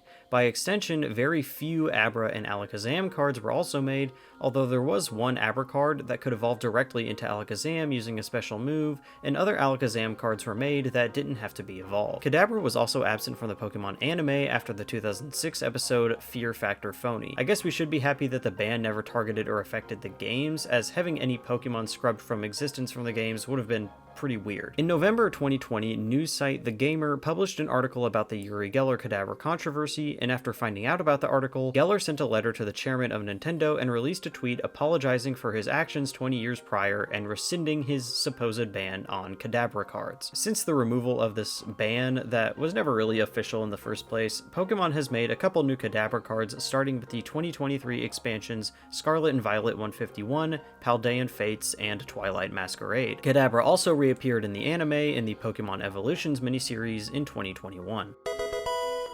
Masuda method. The term Masuda method simply refers to a method of hunting for shiny Pokemon with increased odds. The odds of getting a shiny Pokemon through this method are different depending on each generation's base shiny odds, but basically, if you breed two Pokemon whose languages of origin are different, the odds of getting a shiny from the resulting egg are multiplied by 5 in Gen 4 and multiplied by 6 in all later generations. The method is named after Junichi Masuda, who first described the method in 2007 as a way to incentivize players to use the new GTS feature in Diamond and Pearl, which allowed players to trade internationally through a wireless connection for the first time ever. Contrary to popular belief though, Masuda wasn't the one to program the method into the game, and once posted on his blog that he was quite shocked to find that people talked about the method using his name in the West. The Masuda method is probably one of the lesser used methods among modern shiny hunters, as modern games have many other comparably far more efficient ways to hunt for shiny Pokemon, but for certain Pokemon such as the starters that can only be found repeatedly by breeding, there isn't too much of a choice.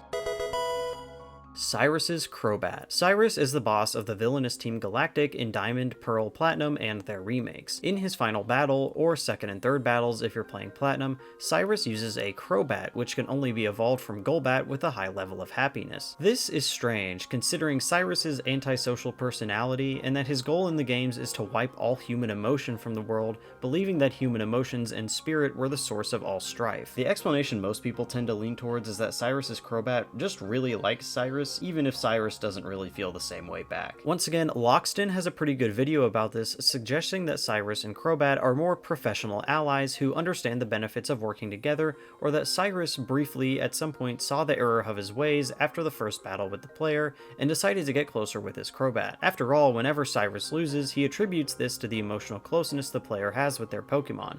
Maybe his Golbat just had Stockholm Syndrome or had a very one-sided affection for Cyrus, even if Cyrus was an abusive trainer. Evil team members use a lot of dark and poison types in their games, and to have Crobat remain unevolved would have probably made the final boss battle against Cyrus a lot less strong. Lost Silver. Pokemon Lost Silver is another classic Pokemon creepypasta that dates back to 2010. The story follows a self-described simple college student excited for the release of Heart Gold and Soul Silver, but was too poor to afford it, so he went out and bought a used copy of Silver for some nostalgia. Surprisingly, there was already a save file of a trainer simply named ... with a completed Pokedex and max hours in the game. The previous player's team consisted of different unknown that spelled out the word leave, and a Cyndaquil Cyndaquil whose nickname was Hurry. The narrator tries to navigate out of a derelict version of the Sprout Tower, his Cyndaquil dies instead of fainting, the player avatar loses all of his limbs, and eventually battles a ghastly version of Red with a level 255 Pikachu. At the end, the player avatar arrives at a grave, with the lesson of the story being that despite the previous player trying to become a Pokemon Master, death came for him the same as everyone else, and everything including his name was forgotten by the next generation. The narrator went on to buy and enjoy Pokemon Soul Silver, though the memory of the rigged Pokemon Silver would never leave him. This creepypasta actually does have a complete working fan game using the Game Maker software involving the events described in the story, and is what's playing on your screen right now. It also seems that a modern updated version is currently in the works, with a demo having been released in 2022. There's also a sequel to the story supposedly by the same author titled Pokemon Lost Silver Ashes, which explains the backstory of the Celebi the player uses in the fight against Red. Pokemon Pink. So during the April 11th, 2020 Nintendo Giga Leak, some source code from Pokemon Yellow was revealed that had previously been unseen by the public. This source code made a few references to a lost Pokemon version called Pokemon Pink, such as a header that read Pocket Monsters Pink and Yellow, as well as the option to choose a yellow or pink package for the game, similar to how alternate versions such as Red and Blue are decided within the game's ROM. There's little concrete evidence beyond this that Pokemon Pink ever entered any serious development, but people have speculated for a long time that Pink could have been a potential companion title to Yellow, similar to previous paired entries, instead of Yellow just being the first standalone entry. People have also long since speculated that the game would perhaps target young girls as the primary audience, and might have featured a pink starter Pokemon like Clefairy or Jigglypuff. I could have sworn I had once seen Pokemon Pink on this list of trademarked but non-existent Pokemon games on Bulbapedia, but Pokemon Pink apparently was never even trademarked. Strangled Red. Pokemon Strangled Red is another, perhaps lesser known Pokemon creepypasta. The plot begins with the narrator finding an old copy of Pokemon Red in the trash and booting it up to start a new game, only to be met with the statement no when asked to continue. So he boots up a fresh save file to find an alternate trainer sprite from the player with long hair, the name Steven already decided for him, and a Charmander named Mickey. The player's rival in this game is apparently the player's brother, and the layout of Pallet Town was all different from the original game, giving a strong sense of history and a fleshed out setting. Steven plays through the game with his unusually powerful Charmander, but hits a snag at Lavender Town, being unable to enter the Pokemon Tower, but manages to move on. After beating the champion battle against his brother, Steven agrees to trade his Charizard to him so his brother can complete his Pokedex, but after this the game freezes with a loud snap sound and the narrator reboots. There's a 1-year time skip and Steven travels to Lavender Town with no Pokemon, and arrives at Mickey's grave. Eventually the narrator pieces together that Steven gave up on being a Pokemon champion, and even the wild Pokemon leave him be in his deep depression. Steven isn't ready to give up though, and eventually goes to capture MissingNo almost of his own free will in order to bring Mickey back to life. It doesn't quite work though, and Steven descends into madness, becoming disheveled and ghastly with a glitched dead Charizard. The narrator goes into the menu where the Charizard's status is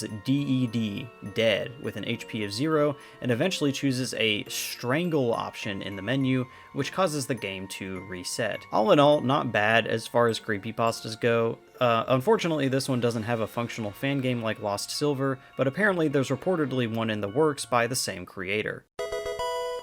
Smogon. Smogon is another Pokemon fan site which is dedicated to cataloging competitive strategies, movesets, and analyses for the battling metas of each Pokemon generation, from Gen 1 up into the latest generations. Though not the first website dedicated to Pokemon competitive battling, Smogon has been around since 2004 and has since become basically the de facto default for anyone interested in Pokemon's competitive scene. Their mascot is a Koffing, and their name is based on Koffing's German name, similar to how Cerebi is named after Celebi's Japanese name. Smogon might be best known for their tier system of Pokemon competitive battling, which is used by online battling centers and simulators such as Pokemon Showdown. These tiers are based on each Pokemon species' perceived power and prevalence in the community, and each month Pokemon will move up or down in tiers depending on how much people use them.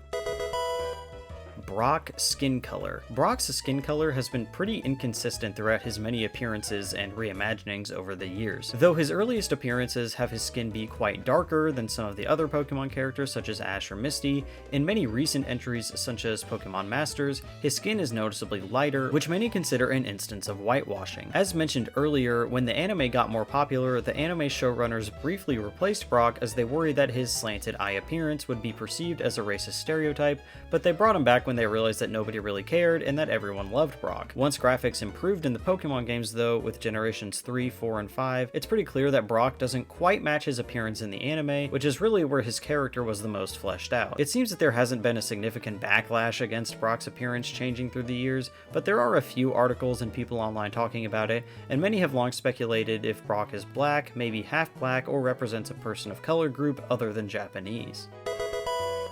Nidoqueen can't breed. With the introduction of features such as genders, breeding, and egg groups in Pokemon's second generation, most Pokemon were given the ability to be of either male or female gender and to breed with other Pokemon to produce eggs. Some Pokemon, such as baby Pokemon, legendaries, and unknown, are in the undiscovered egg group though and cannot breed whatsoever, even with Ditto, but this is really the exception rather than the norm for non-legendary Pokemon. However, one, or rather two, Pokemon break the mold in this regard: Nidorina and Nidoqueen, which cannot breed whatsoever despite not being baby or legendary Pokemon. These two Pokemon are completely unique in this regard, and there's really no indication why. The Nidoran line or lines are already pretty strange and unique in the fact that their first stages are separate Pokemon species only on the basis of gender, but this doesn't seem to have anything to do with the breeding problem. Nidoran female, Nidoran male, Nidorino, and Nidoking can all breed just fine. And in the anime and Pokedex entries, it's implied that Nidoqueen can breed, and there are references to it protecting its young, so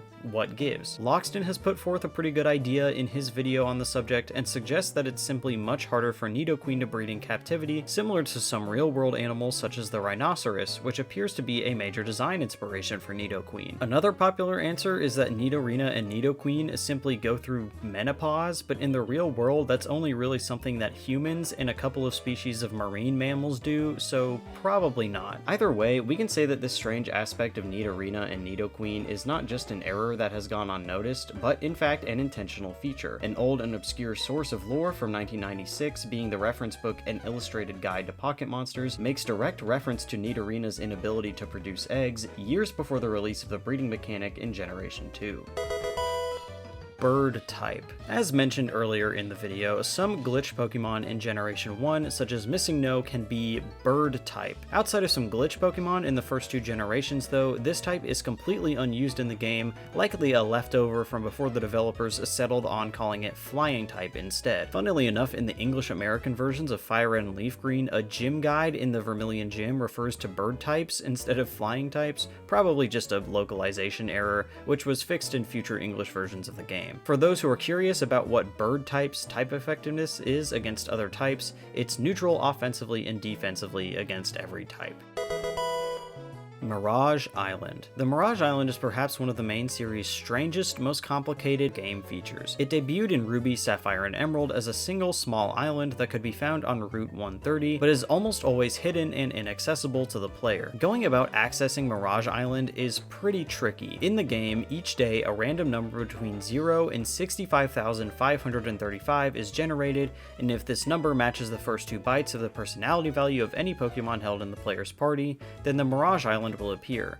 Somewhat similar to how the Lotto ID works, except that you can't really boost your odds by having Pokemon caught by other players. This mechanic relies on personality values, which are basically unique between each Pokemon instead of trainer ID. Within that day, you can also swap out Pokemon in your party to see if any Pokemon you own might match the secret hidden number. If you don't want to head out to Route 130 itself to check if you got the island, you can talk to an old man in Pacific Log Town who will tell you if he can see the island or not. You can't really check the secret number on your Pokemon's personality value within the game itself without using outside tools to view such data on your save file, making this an occurrence of very, very low chance for most players. Once one does find the Mirage Island, what the player can find there are Wild Wynot ranging from levels 5 to 50, which is the first ever baby Pokemon that can be found in the wild, as well as a berry tree yielding a single Lychee berry, the only one that can be found in the game, which can be used to make gold Pokeblocks or raise a Pokemon's attack stat in a pinch.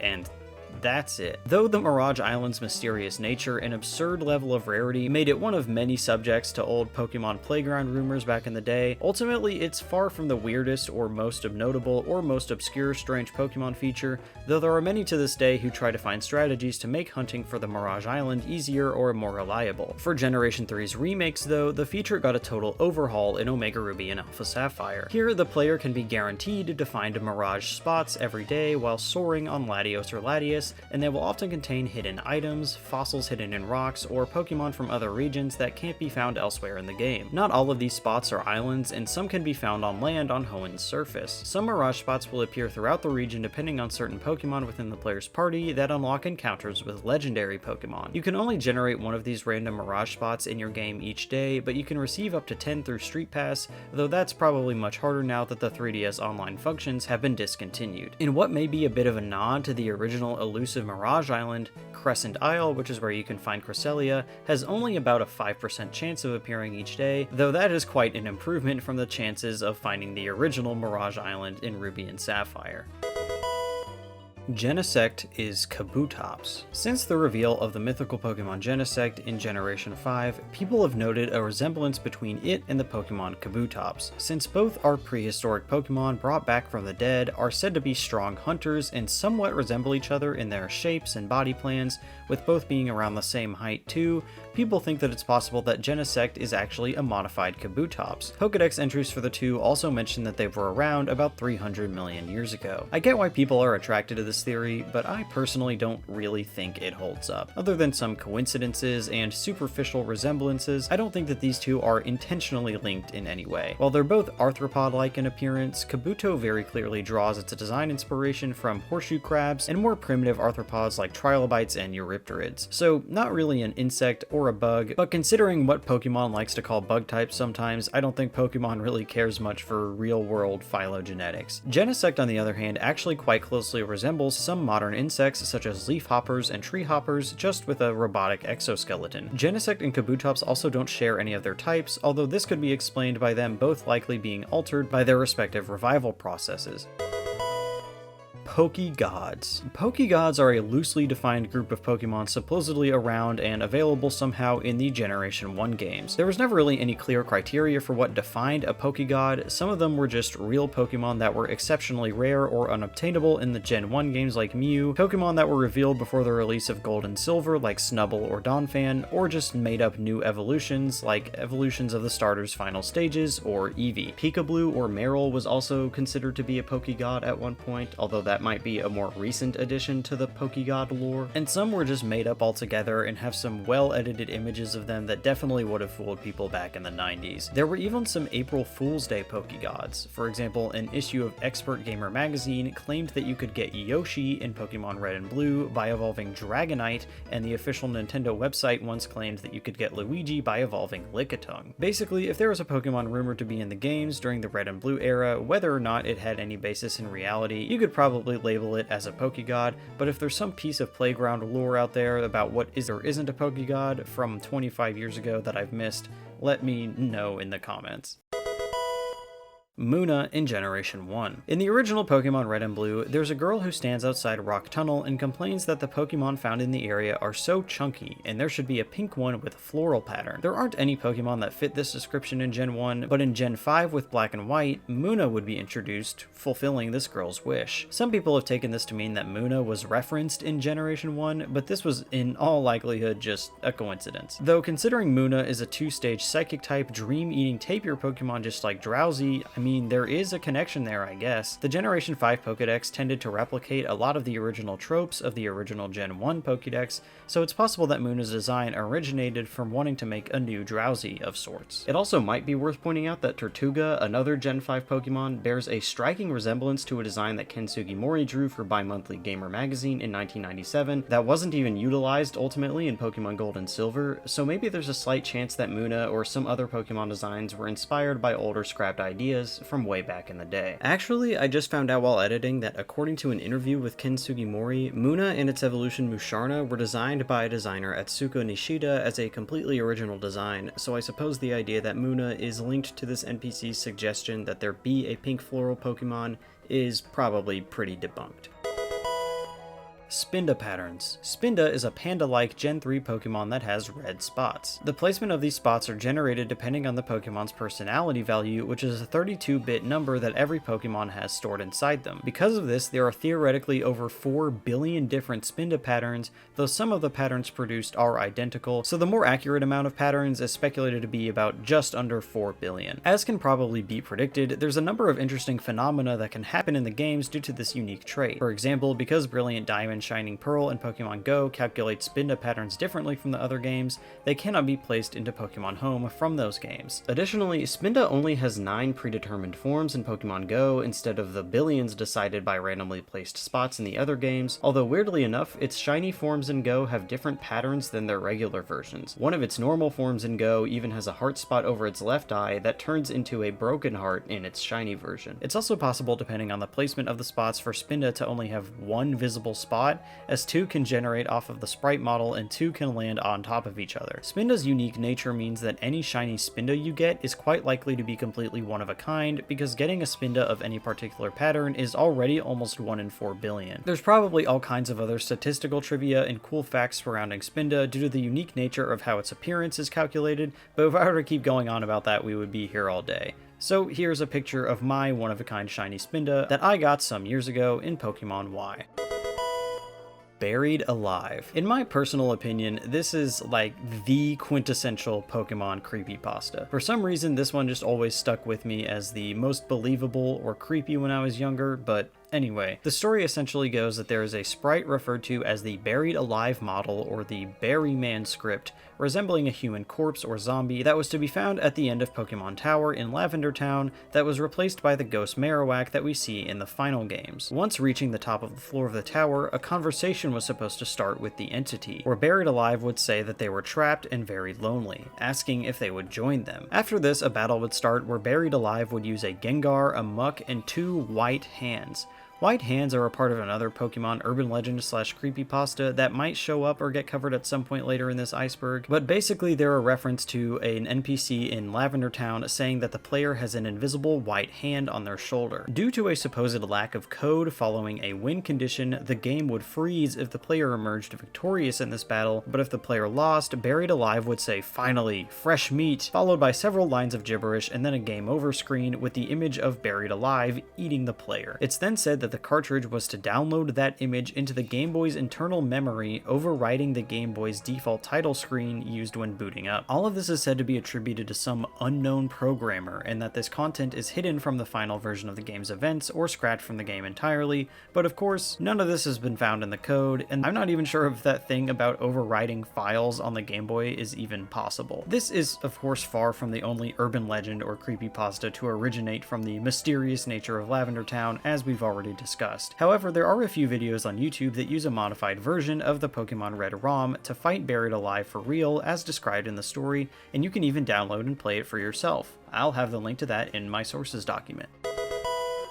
Gengar is Clefable's shadow. Yet another popular fan theory, or rather a set of fan theories about the true nature of a certain Pokemon, revolves around both Clefairy and Gengar. Kind of like Haunter and Voltorb, people like to latch onto the similar physical characteristics of these two Pokemon to try and find some kind of connection. One of these theories suggests a connection between Gengar and Clefairy, considering their similar body shapes and features, particularly their round bodies and long spike-like ears. The other members of each evolutionary line also kind of match up body shape wise, but not nearly as much as Gengar and Clefable. Considering Gengar's ghost typing and association with shadows, people have suggested that Gengar is perhaps Clefable's shadow, or is perhaps the spirit of a dead Clefable. Some people also like to point out that since Clefairy was once normal type, which can't affect ghost types, that is evidence towards the shadow theory. Gengar's name also seems to come from the German word doppelganger, which further suggests that the Pokemon has something to do with imitation.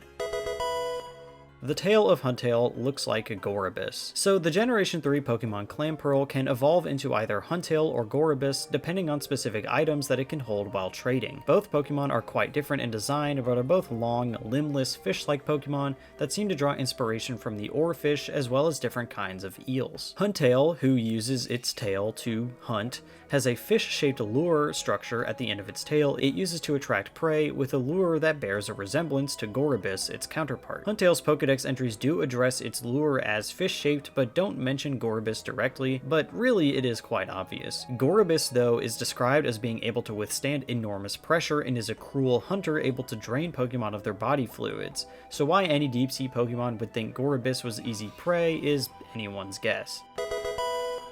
Pokémon Twilight Wings. One of the more recent entries in Pokémon's long line of animated miniseries is Pokémon Twilight Wings, which premiered monthly starting in August 2020 on YouTube and features the Galar region from Generation 8's Sword and Shield games. The 8 episodes each feature a different character, with some of them being gym leaders or other characters that are featured in those games, as well as an original character named John, and the series leads up to the events of Pokémon Sword and Shield, as well as including a special episode that features elements from the Expansion Pass DLC. The series is called Twilight Wings because all of the episodes involve a cabbie or taxi driver and his Corbinite, helping out the episode's main character in some way, usually by ferrying them around somewhere.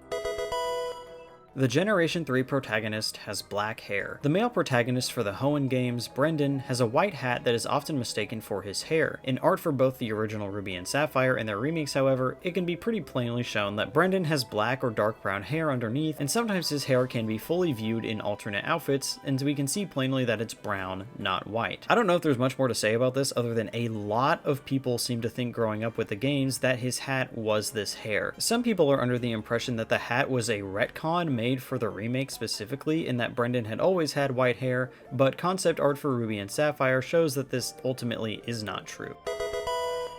I heard you like mudkips. This phrase was an extremely popular internet meme in the mid to late 2000s. The origin seems to be pretty conclusively traced to a DeviantArt group called Mudkip Club that began to use the phrase in 2005 when inviting other people to the group to share their Pokemon fan art. Apparently the phrase then spread to 4chan and was used on corners of the internet for people to identify fellow 4chaners, and also was the subject of a widely spread copy pasta of a boy dressed as Ash Ketchum doing unspeakable acts to a mudkip, which I will not repeat here as I enjoy staying monetized. Eventually, the phrase sort of grew out of proportion from any of these previous stages and became just a common non sequitur comment indicative of the LOL random internet humor of the time, characterized by misspelled words and overall randomness and derpiness. I'm sure that every stage of this meme's growing popularity was enhanced by the fact that Mudkip has an objectively great and hilarious character design that's adorable, goofy, and just really easy to make art for. It seems that interest in the meme peaked around 2008 when DeviantArt, as an April Fool's Day joke, changed everyone's avatar to ones of mudkips. But if you're lucky, on some modern corners of the internet, you can probably still find people asking each other if they like mudkips, harkening back to a more simple and civilized age on the internet. The Generation 7 protagonist is from Kanto. The player character in the Gen 7 games Sun, Moon, Ultra Sun, and Ultra Moon is stated to be from the Kanto region, similar to the Gen 3 games where the player has just moved from the Johto region. This element of the character's background was probably included to link the Sun and Moon games to the originals, as many elements of Sun and Moon, such as the regional variants, add on aspects originally made in Gen 1, as they are meant to celebrate the franchise's 20th anniversary. In the player's room in Ultra Sun and Ultra Moon, there is also an autograph which is identical to the one the player can receive from Lieutenant Surge in Let's Go Pikachu and Eevee, which released a year afterwards. It's also perhaps worth noting that in these games, a Cantonian gym in Melee City can be challenged, which is laid out and functions precisely like Lieutenant Surge's gym in the Kanto games. Pokémon Gray and Pokémon Z. Both Pokémon Gray and Pokémon Z are the two biggest, or perhaps really only, examples of Pokémon games that almost everyone has universally believed would eventually get made, but weren't for one reason or another. In the case of Pokémon Gray, when Pokémon Black and White rolled out in 2011, everybody naturally expected a third version remake akin to Crystal, Emerald, or Platinum to be released afterwards to go along with series tradition up until that point, especially considering the unexplained story of the legendary Kyurem. However, as explained by Tsunekazu Ishihara, president and CEO of the Pokémon Company, in an interview, they decided to do sequels instead to surprise players who were expecting the series to adhere to the old tradition. Though selling 2 additional games instead of just 1 was probably also a nice profit incentive. As far as I can tell, the reason behind making Pokémon Black and White 2 instead of Pokémon Gray was as simple as that. Pokémon Z is a little bit more complicated. As far as I can tell, no official word has been given by an official source on why Pokemon Z was never made. The closest we've gotten is in another interview, this time with Junichi Masuda, that they never really planned to make a third version for Kalos, and that they decided to make new games, Sun and Moon, for the franchise's 20th anniversary. But it is quite clear from various areas and features in X and Y that weren't fully realized or completed, especially concerning certain things with Zygarde, such as unused moves, as well as the fact that Zygarde's new forms that were featured in the X and Y anime in 2015 ended up in Sun and Moon instead. It seems clear that an expanded version of those games was almost certainly part of the vision at some point. Some people even thought that we might have gotten something like XZ and YZ, akin to how we got sequels for Black and White, or how we got enhanced versions in Ultra Sun and Ultra Moon. The existence of at least a planned Pokemon Z was finally substantially confirmed with the Game Freak Terra leak of October 2024, which showed development notes referencing the creation of a Z version, but it seems from all the other evidence that we have that any actual development on a true Z version never got very far at all, and many of its ideas were repurposed elsewhere once the series direction with Sun and Moon was set. With any luck, it's possible that Pokémon Legends Z-A will give us a few answers on some of the loose ends that X and Y failed to properly tie up. Generation 2 rival is Giovanni's son. This one sounds like another crackpot theory that might have not very much evidence behind it, but this is actually something that is directly addressed and confirmed in the games and in other media. The relationship between the two characters actually isn't brought up in any of the Generation 2 games, but is instead first hinted at in Fire Red and Leaf Green, where a rocket grunt on 5 Island of the Sevi Islands asks if the player is Giovanni's kid, but decides that the player isn't because Giovanni's kid has red hair. There isn't any direct mention of this in Heart Gold and Soul Silver either, at least not in the main story. If a Celebi received through an event is brought to the Ilex Shrine in those games, Celebi will take the player back in time 3 years to see Giovanni and Silver confronting each other, where Giovanni abandons his son to rebuild Team Rocket after his defeat by Red and Blue in the Kanto games. Here we can see the origin of Silver's hatred for his father, believing himself to not need other people working for him to get stronger, and that he will build his strength all on his own. This exchange is adapted pretty closely for the 5th episode of the Pokemon Generation series. This relationship between Giovanni and Silver is also shared by Silver's counterparts in other Pokemon media, such as the Adventures manga, though there are slight alterations to each version of the character, with the Adventures version, for example, not originally being aware of his father's identity because he was kidnapped as a child by the Masked Man. Fear. The term Fear refers to a specific Pokemon battle strategy that allows a properly set up Pokemon to be able to take out essentially any opponent at full HP. Though the strategy's name befits its frightening effectiveness, it's actually just an acronym for Focus Sash, Endeavor, Quick Attack, and Rattata, the latter of which being the Pokemon that is associated most commonly with the strategy, though any Pokemon with Endeavor and Quick Attack or any other priority move should basically do the trick. Essentially, the way the strategy works is that when a Fear Pokemon goes up against an opponent, it will use the move Endeavor and wait to be attacked. The Fear Pokemon will survive any incoming attack on 1 HP due to its held Focus Sash, then use Endeavor to bring the opponent down to 1 HP as well. Using Quick Attack right afterwards ensures that the opponent then loses its remaining HP. This strategy isn't foolproof though. For example, a Pokemon with the ability Rough Skin or Iron Barbs would be able to preemptively take out a Fear Pokemon at 1 HP, and Endeavor, being a normal type move, can't hit ghost types. It's usually used as a last resort option in Nuzlocke for defeating particularly difficult boss encounters such as Ultra Necrozma, and though it seems it technically isn't banned in online competitive play, it's pretty unviable due to the presence of residual damage sources such as entry hazards and weather. Gary's starter is Squirtle. In the first Pokemon anime episode ever, Pokemon I Choose You, Ash is late to choose his starter, and his rival Gary is able to get one from Professor Oak first. He doesn't tell Ash in that episode which one he chose, and his choice wouldn't be revealed until the 269th episode, The Ties That Bind, where Gary reveals a fully evolved Blastoise. I guess the mystery here is that people just didn't know what Gary's starter was for a long time? I don't know, there doesn't seem to be much else about this one. Twitch Plays Pokemon. Twitch Plays Pokemon is a channel on the streaming platform Twitch that has been streaming games of Pokemon since February 2014.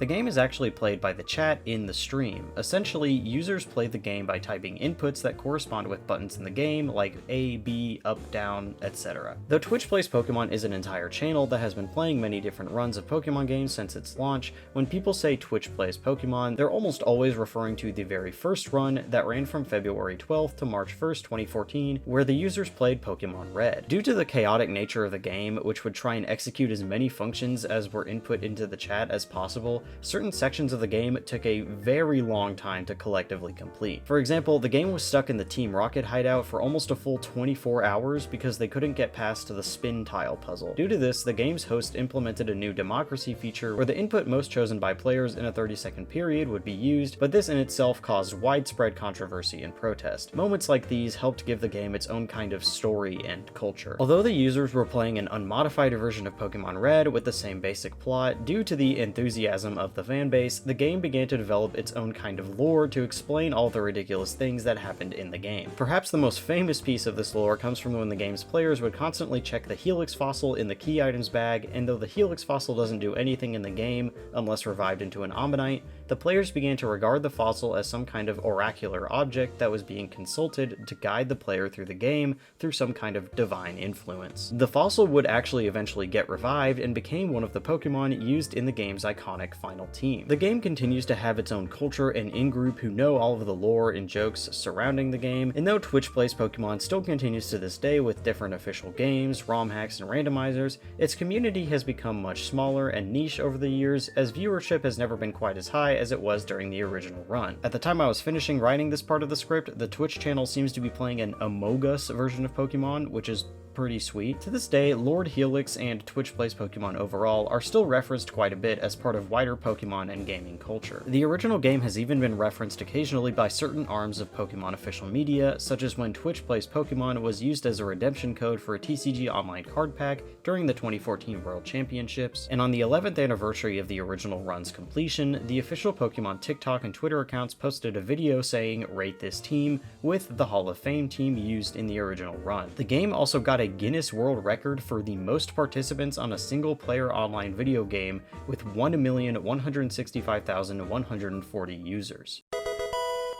The legendary beasts are reincarnations of Vaporeon, Jolteon, and Flareon. According to the lore of Pokemon Gold, Silver, and their remakes, the three legendary Pokemon Raikou, Entei, and Suicune perished in a fire inside the Brass Tower in Johto 150 years in the past, but were resurrected by the Pokemon Ho-Oh. It's never been specifically stated if the three were their own individual species that simply got revived, or if they were separate species of Pokemon that were reborn into Raikou, Entei, and Suicune. Because of the vague nature of their origins, people have long speculated that the three were originally a Jolteon, Flareon, and Vaporeon, the original three evolutions of Eevee, as they are similarly a trio of electric, fire, and water Pokemon that are also vaguely dog, cat, or fox-like in appearance. Additionally, the legendary beast's hidden abilities match up with the abilities of the three evolutions, being Volt Absorb, Flash Fire, and Water Absorb, and the Kimono Girls of Ecruteak City, where the Burned Tower is located, are known for their use of evolutions in battle. The closest to an official look at the three original forms of the Pokemon that we've ever really gotten is in episode 6 of the Pokemon Generations miniseries titled The Reawakening,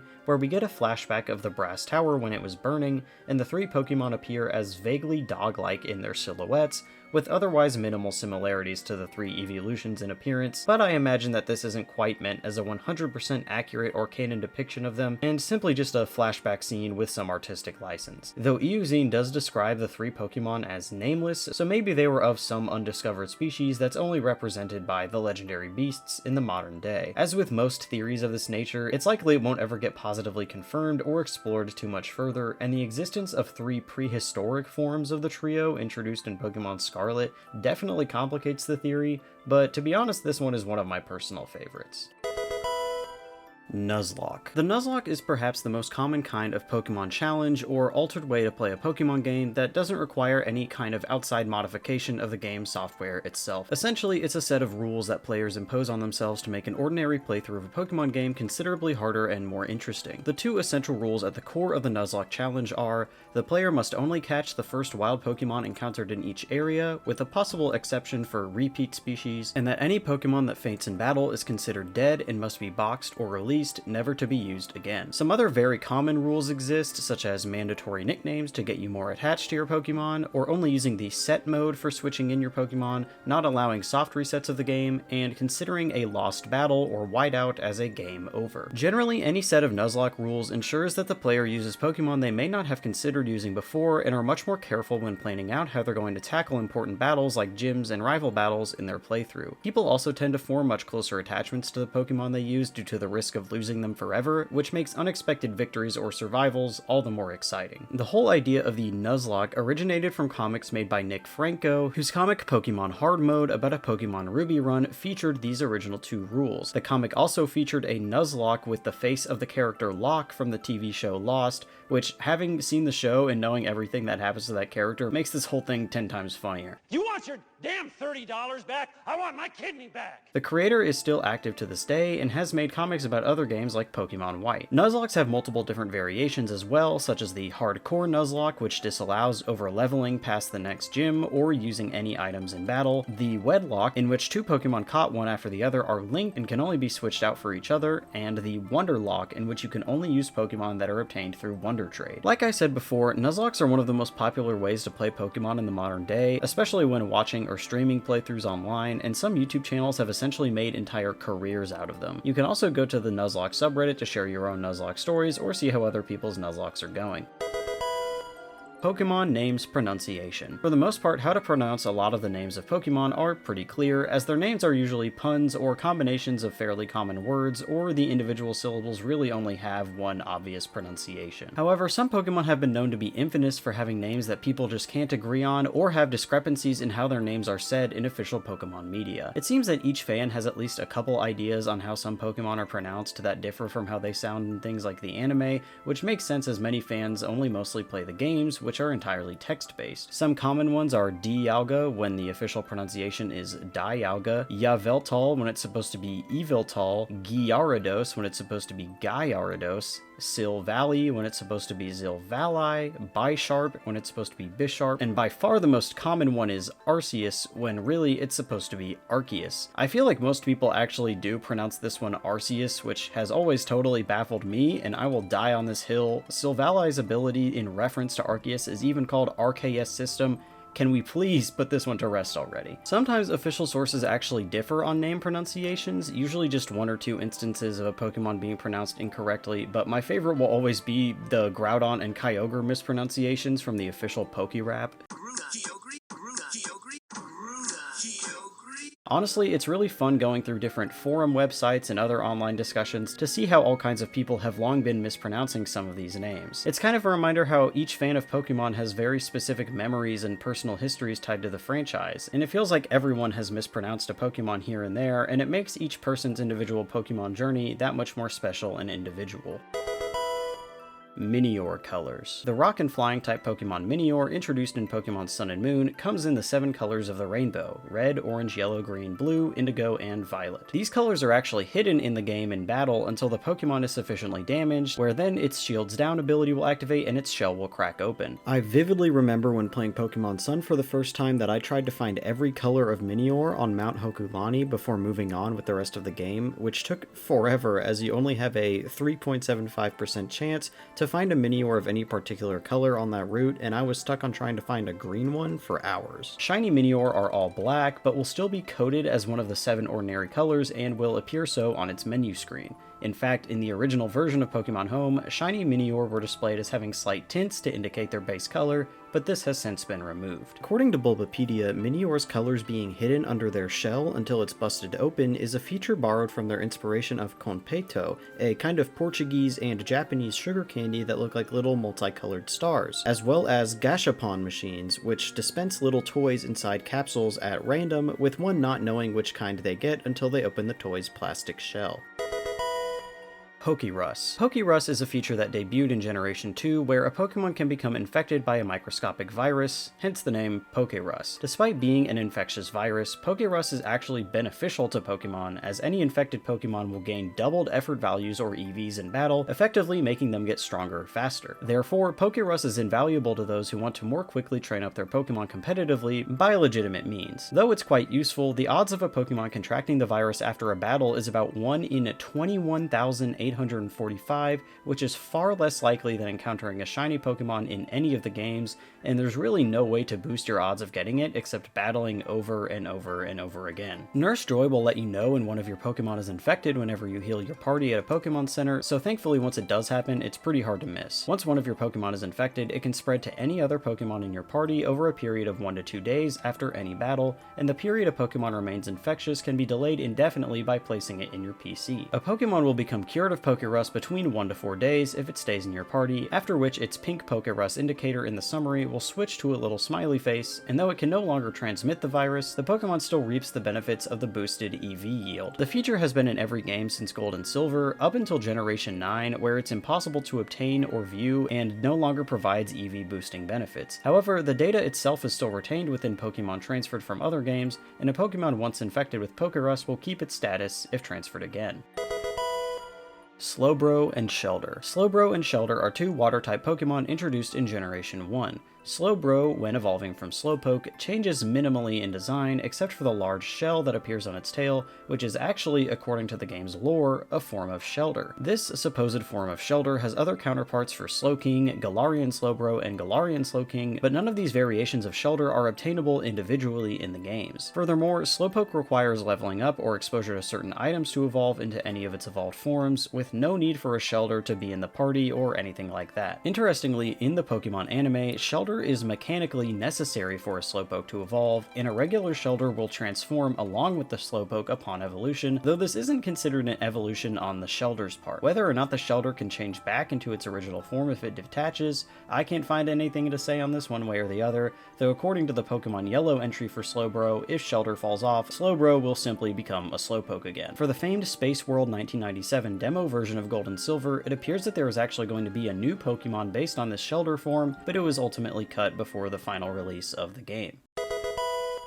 Youngster Joey. Joey is a youngster class trainer that is the first trainer other than the rival that the player fights in the Johto games. He can be battled on Route 30, where he will battle the player with a single Rattata. Afterwards, Joey can be rematched if the player stores his number in the Pokegear, and will frequently call the player to give them updates on his Rattata, who he famously touts is in the top percentage of Rattata. The famous quote often attributed to youngster Joey, "I like shorts, they're comfy and easy to wear," isn't actually said by Joey, but rather another youngster, specifically one from the Kanto games, who receives the name Ben in Fire Red and Leaf Green. This line is easily one of the most famous quotes in gaming history, right up there with "It's dangerous to go alone, take this," or "All your base are belong to us." The quote would even end up getting referenced and reused in later Pokemon games, like in Black and White 2, when a woman in Humalao City says that her dress is comfy and easy to wear, and a youngster Kita in X and Y quotes Ben's famous line verbatim. The amalgamation of youngsters Joey and Ben seem to sit in the wider consciousness of the Pokemon and gaming communities as iconic memes, likely in part because they represent exactly the kind of absurd dialogue that NPCs in games that usually don't make any sense to say to someone you're just meeting. Joey's obnoxious calls about his Rattata are also well remembered for similar reasons. Fun fact, he will continue calling the player about his Rattata even after he gets to the point where he rematches the player with an evolved Raticate.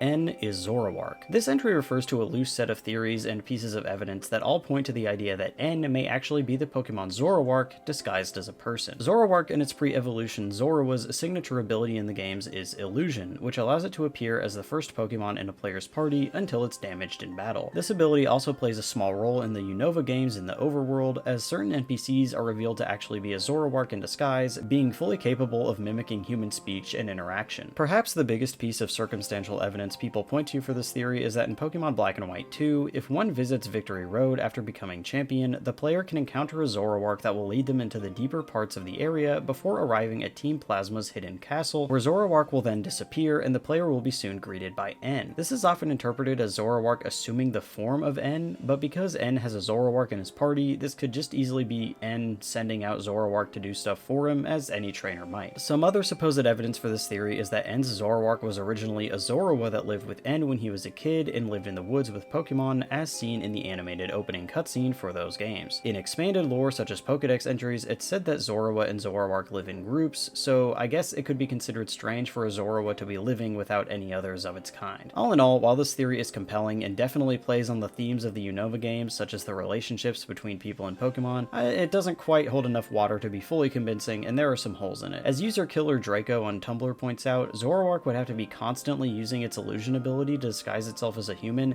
and may not even be aware that it's a Pokemon instead, which seems like a bit of a stretch. Also, Zoroark's illusion ability is fragile enough that taking any damage is enough for the illusion to fail. Plus, it would be quite strange for a Pokemon to catch and train other Pokemon, or for Reshiram or Zekrom to choose such a mischievous or delusional Pokemon as the region's ultimate hero that it chooses to follow. Though Getsus says a lot of things to N suggesting that he isn't even human, that seems to be mostly rhetorical and in line with Getsus' manipulative and abusive relationship with N. Player character's age. In the core series games, the given age of the player character is usually believed to be around 10, as that's the cited minimum age that a person can receive a Pokemon and challenge the Pokemon League. Generally, if not stated otherwise, it can be safe to assume that the character the player controls is meant to be an older kid, preteen, or young teenager. However, Bulbapedia does have a handy list of some confirmed ages for many of Pokemon's player characters, though some of these should probably be taken with a grain of salt. Red and Blue are stated to be 11 in Generation 1 according to the game's Japanese and English manuals. The Gold and Silver protagonists are also about that same age according to a Pokemaniac in Cyanwood City.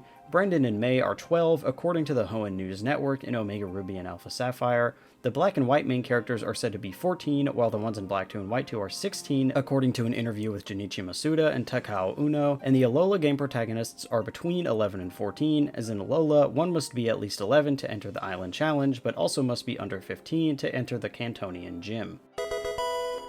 Generation 1 Rivals Raticate. Yet another popular Pokemon fan theory states that the Raticate that your rival uses in Red and Blue in their remakes dies roughly halfway through the story. In the player and rival's previous match on Nugget Bridge, the rival uses a Rattata, which eventually evolves into a Raticate in their next match, but uses it for the last time against the player aboard the SS Anne. When the rival next confronts the player at the Pokemon Tower, he asks the player why they're even there if none of their Pokemon are dead, and then challenges the player to a battle, but Raticate is not on their team. Some suspect that the Raticate died from its injuries after the previous battle, and that the rival is there to put his friend to rest. This theory, while very compelling, doesn't have a lot of evidence behind it other than vibes, even though the vibes are very, very strong. Throughout the game, the rival uses a different slate of Pokemon against the player, adding in some new teammates here and there to shore up elemental matchups alongside this starter, and given how ambitious the rival is and focused on being a strong trainer, it's more likely that the rival just put his Raticate into storage to focus on training some stronger Pokemon.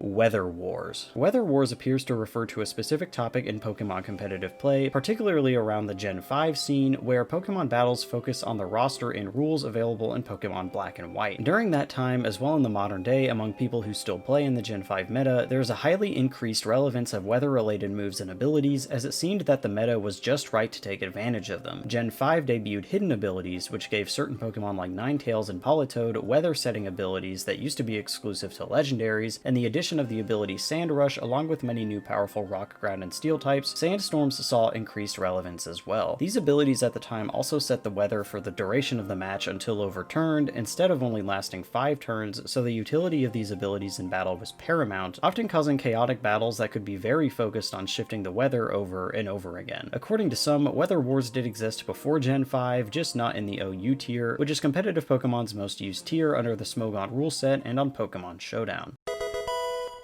Creepy Pokédex entries. Pokemon, though overall being, of course, a very family-friendly franchise, is well known for having its darker moments, whether they be from fan interpretation of certain events or places in the games, or accidental controversies, but if one pokes beneath the surface of the franchise's lore just a little bit, there are certainly some creepy things that were written intentionally into the game's lore, and much of these come from the Pokédex entries of certain Pokemon, especially Ghost, Dark, and Psychic types. One notorious example is Drifloon, which has multiple Pokédex entries that reference its tendency to lure kids off and cause their disappearances. Its entry in Legends Arceus states, said to lure away young children and carry them off to the afterlife. Some whisper that Drifloon are formed from reincarnated human souls, but these rumors are as of yet unconfirmed. Phantump is in a similar boat, whose Pokemon Sun entry states, these Pokemon are stumps possessed by the spirits of Pokemon who died in the forest. Their cries sound like eerie screams. Some, such as Kadabra's entry in Fire Red, are a bit more subtle but nonetheless terrifying.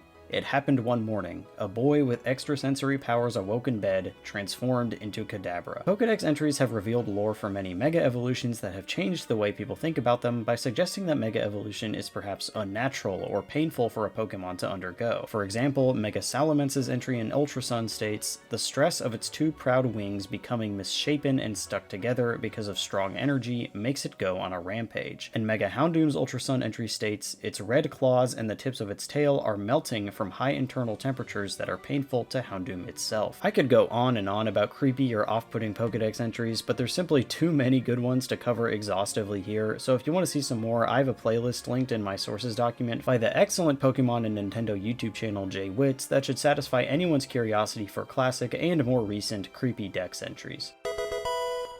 Professor Oak fight. In the Generation 1 games, Professor Oak has unused data that would allow the player to battle him. He has 3 different teams that correspond to the 3 different starter Pokemon, presumably using whichever Pokemon the player and their rival didn't pick, along with a high-level Tauros, Exeggutor, and Gyarados. The Pokemon range from levels 66 to 70, making Oak the highest leveled trainer in the game, and might have been originally intended to be some kind of post-game boss like Red in the Gen 2 games. This version of Oak can be battled by performing certain glitches though. As far as I can tell, Professor Oak can't be battled in any other main series game, even any of the Gen 1 games remakes.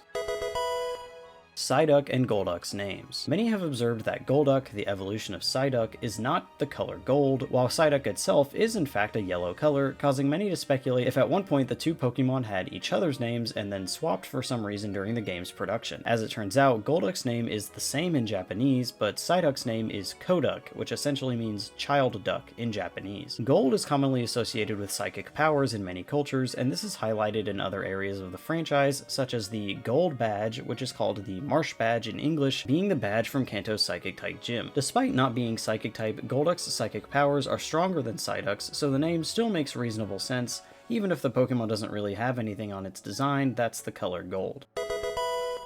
Kangaskhan and Cubone connection. Perhaps one of the most widely accepted fan theories about the franchise is the idea that Kangaskhan and the evolution line of Cubone and Marowak are related somehow. Mostly, this ties to how much the lore behind each evolution line relates closely to motherhood. In Kangaskhan's case, the Pokemon consists of an adult female carrying a baby in its pouch. This is the case even if the Pokemon is freshly hatched from an egg, which is kind of weird. The Pokemon Cubone, by contrast, is stated in multiple Pokedex entries to wear the skull of its deceased mother, which though at first glance may appear to be a reference to the Pokemon story in Red and Blue, appears to apply to every individual of the species. This has led many to speculate that the reason one never sees a baby Kangaskhan on its own, or a Cubone with its mother, is because baby Kangaskhan become Cubone when their mothers die, wearing the skull of their deceased mother. This speculation is enhanced by the somewhat similar size and body shapes of baby Kangaskhan and Cubone. Some go on to speculate that the evolution into the smaller, fiercer Marowak instead of a Kangaskhan is an adaptation to living alone without a mother's protection and influenced by the Pokemon's traumatic childhood. There are more incidental similarities or connections people have drawn on to support this theory, but that's essentially the gist of it. Plus, from a gameplay perspective, Cubone and Kangaskhan are often found in similar locations throughout the series, such as Rock Tunnel in Johto, Route 15 in Unova, Glittering Cave in Kalos,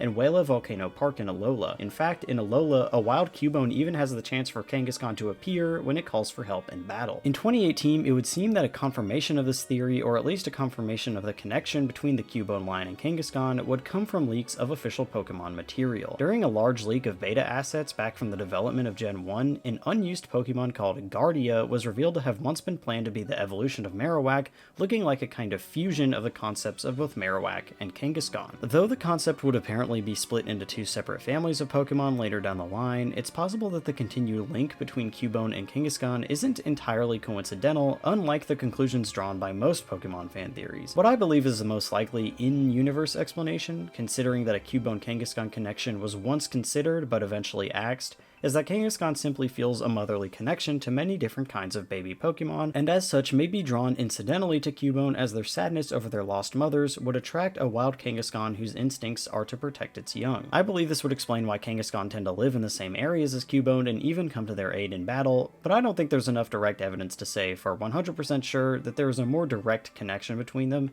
as scrapped beta materia probably shouldn't strictly count for in-universe lore. There are also other theories surrounding the lore and origins of Cubone, such as that Cubone might actually be Charmander, whose mothers died or whose tails failed to catch fire, but that might be a theory for another day. Ash is in a coma. Oh boy. As much as I've kind of repeated this sentiment in this video, I do genuinely believe that this particular subject is one of the most, if not perhaps the most well-known ever, Pokemon fan theory or creepypasta, and definitely the one that's been the most beaten to death. This full theory or story can be viewed in an article on the Creepypasta Wiki, but essentially the way it goes is that the reason that Ash perpetually stays 10 years old throughout the series and is generally allowed to have a life of prolonged adventure and fun is that most of the events of the series are a delusion imagined by Ash as he lies asleep in a coma. This story suggests that Ash's coma started at the end of the first episode when Pikachu unleashes a massive Thundershock attack to defend Ash and himself from the flock of Spearow, but instead of waking up ultimately unharmed like in the final episode, Ash is far more grievously injured, and the rest of the series takes place as Ash lies in his coma. The original creepypasta suggests that the Pokemon world becomes less dangerous or menacing to Ash after the first episode because he's in his coma fantasy, with Team Rocket becoming less menacing so that Ash can live out his idyllic fantasy. Other pieces of supposed evidence for this is that Ash travels long distances but refuses to use a bike as a result of having developed a phobia of them after the Spearow incident, and that every town has the same police officer and Nurse Joy, which would be kind of weird for a more realistic setting. The story also purports that certain characters represent repressed elements of Ash's subconscious, such as Brock being a way for Ash to express his sexuality and fatherly instincts.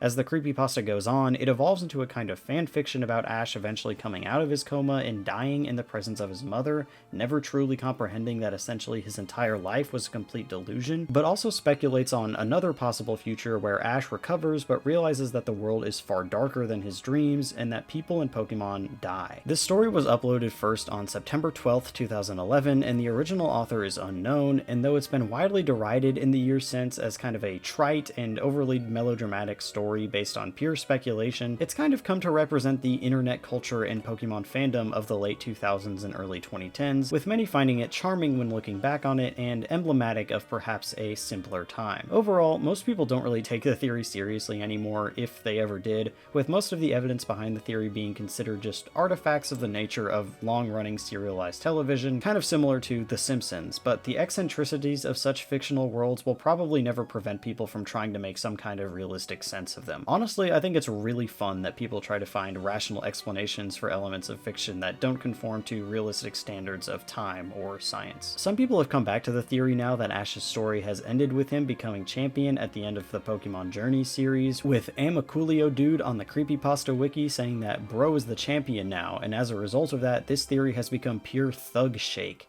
which I'm assuming means that Ash's victory and Journey's End seems to have discredited the coma theory in the eyes of many fans. Ekans is snake backwards, and Arbok is cobra backwards. Yep. Uno, dos, tres. Articuno, Zapdos, and Moltres incorporate the words uno, dos, and tres into their names, which are Spanish for 1, 2, and 3 respectively. Due to this naming convention, people creating an imagined fourth member of the trio like to incorporate cuatro into the name.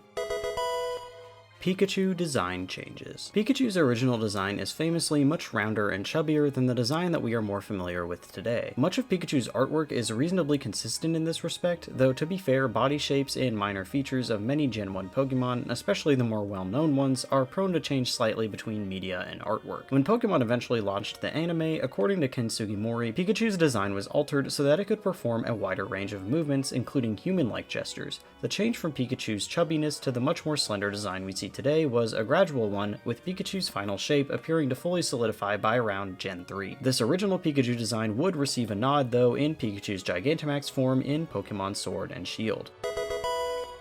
Diploma. When you complete the regional or national Pokédex in any of the main series games, except for Legends Arceus, you get a diploma to celebrate your success. These diplomas appear differently throughout the games and may feature Pokemon or iconography from the region the game is based on. Typically, to get your diploma, you have to go to a specific NPC, sometimes even the game developers themselves, to get your diploma, so you don't get one automatically upon completing your Pokédex. Also, in the first 2 generations of games, you could use your Game Boy printer to print out a physical copy of your Pokédex completion diploma. Psyduck is not Psychic type. Pretty similar to the confusion surrounding Psyduck and Golduck's names, for a long time people have been wondering why Psyduck, the Pokemon with Psy in its name and has psychic powers, isn't actually at least part Psychic type. Some people think it's because Psychic types were just too overpowered in Gen 1 and Game Freak felt that there were too many. Loxton has a pretty good video on the subject that suggests that the orb on Golduck's head absorbs all of the headaches and negative energy that once plagued Psyduck, allowing it the ability to more properly wield psychic powers without actually becoming Psychic type, which I suppose could make sense, but I haven't seemed to seen any really strong reasons from Psyduck or Golduck's possible design inspirations or Japanese folklore inspirations that might explain why 2 Pokemon with such a strong focus on psychic abilities wouldn't be Psychic type. But maybe this is just like a not all dragons are dragon type situation like Charizard and Gyarados. You can still have certain Pokemon associated with certain types of energy, but they don't actually have to be that type itself to be able to wield it properly. That being said, plenty of artists have come up with cool ideas for regional variants for Psyduck and Golduck, speculating what they might look like if Psyduck were to more fully unlock its powers and truly become Psychic type. They are running out of ideas. So they're running out of ideas is a very common criticism of the Pokémon Company nowadays, usually levied specifically at the designs of newer Pokémon. Criticisms of this kind mostly became prevalent first around the release of Gen 5, which released such Pokémon as Vanillish, Trubbish, and Clink, which some people interpreted as very lazy and not transformative enough to be considered Pokémon. Usually the Pokémon that get called lazy designs are Pokémon based on inanimate objects, just versions of everyday things with eyeballs attached. Most counter-arguments to this opinion involve comparing newer Pokémon to older designs, especially from the first generation, which includes many Pokémon that by today's standards would be considered very plain and unimaginative. Muck is just a pile of muck. Voltorb is just a ball with eyes. Seal is, well, a seal. Didn't even bother to change the name with that one there. A lot of the Pokemon with lazy designs are honestly just underappreciated instead of genuinely lazy, and many of the most maligned Pokemon like Klefki have interesting design origins in folklore or some other tradition, or are otherwise a clever way of representing some aspect of the real-world locations and mythos that inspired the region that they inhabit. Plus, the mere fact that there hadn't been any, say, ice cream Pokemon before Vanillish or a trash bag Pokemon before Trubbish therefore means that the designers are going in new directions that hadn't been considered before, even if some of them might be considered a little goofy. Every Pokemon is based on something or idea from the real world, even if it's something commonplace and uncool like a trash bag. All in all, for every Pokemon like Trubbish that people dunk on for being lazy or uninspired, no matter how true that criticism may really be, there are several newer Pokemon that go in wild new design directions and really push the envelope on what Pokemon designs can truly be. Recent generations of Pokemon are often cited as having some of the most creative and fan-favorite designs in the whole series. Pokemon that appeared before their generation. Most people are familiar with Pokemon first appearing in new mainline games and the promotional material that leads up to them, but there are a handful of Pokemon that debuted in anime episodes or movies that aired before the new games featuring them were released or even revealed. In chronological order, these Pokemon are Ho-Oh, Togepi, Marill, Snubbull, Donphan, Lediba, Elekid, Bellossom, Hoot-Hoot, Lugia, Slowking, Kecleon, Azurill, Wailmer, Wynaut, Duskull, Volbeat, Latias, Latios, Blaziken, Sharpedo, Seedot, Shroomish, Lotad, Zigzagoon, Wingull, Pelipper, Munchlax, Lucario, Bonsly, Weavile, Mime Jr., Manaphy, Mantike, Buizel, Chatot, Electivire, Zorua, Zoroark, Woobat, Sylveon, Helioptile, Gogoat, Noivern, and Magearna. As you might have noticed, the practice of debuting Pokemon in the anime before their appearance in the games has become less common in recent generations, perhaps because people get their Pokemon news and leaks directly from the internet instead of straight from Pokemon media.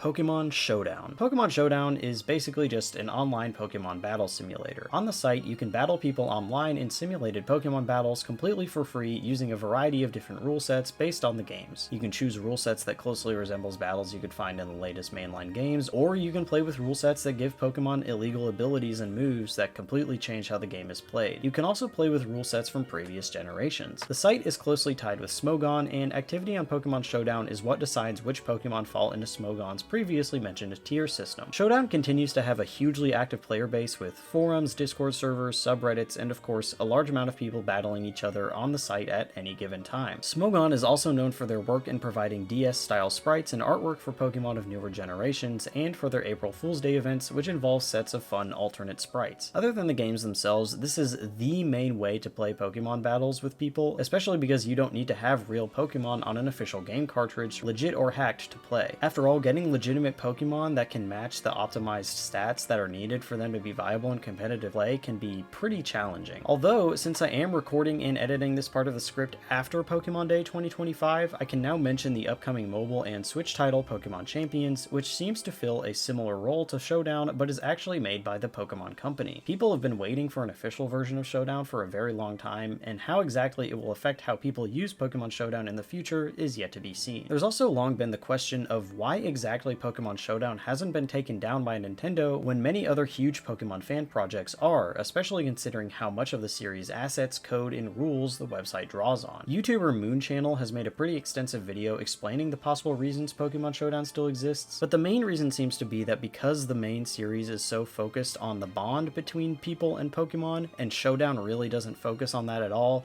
they mostly let Showdown slide because it doesn't represent the totality of what the series wants to represent. Whether or not the release of Pokémon Champions is going to change this remains to be seen, but also I would recommend checking out that video if you want to know more about the Pokémon Showdown situation.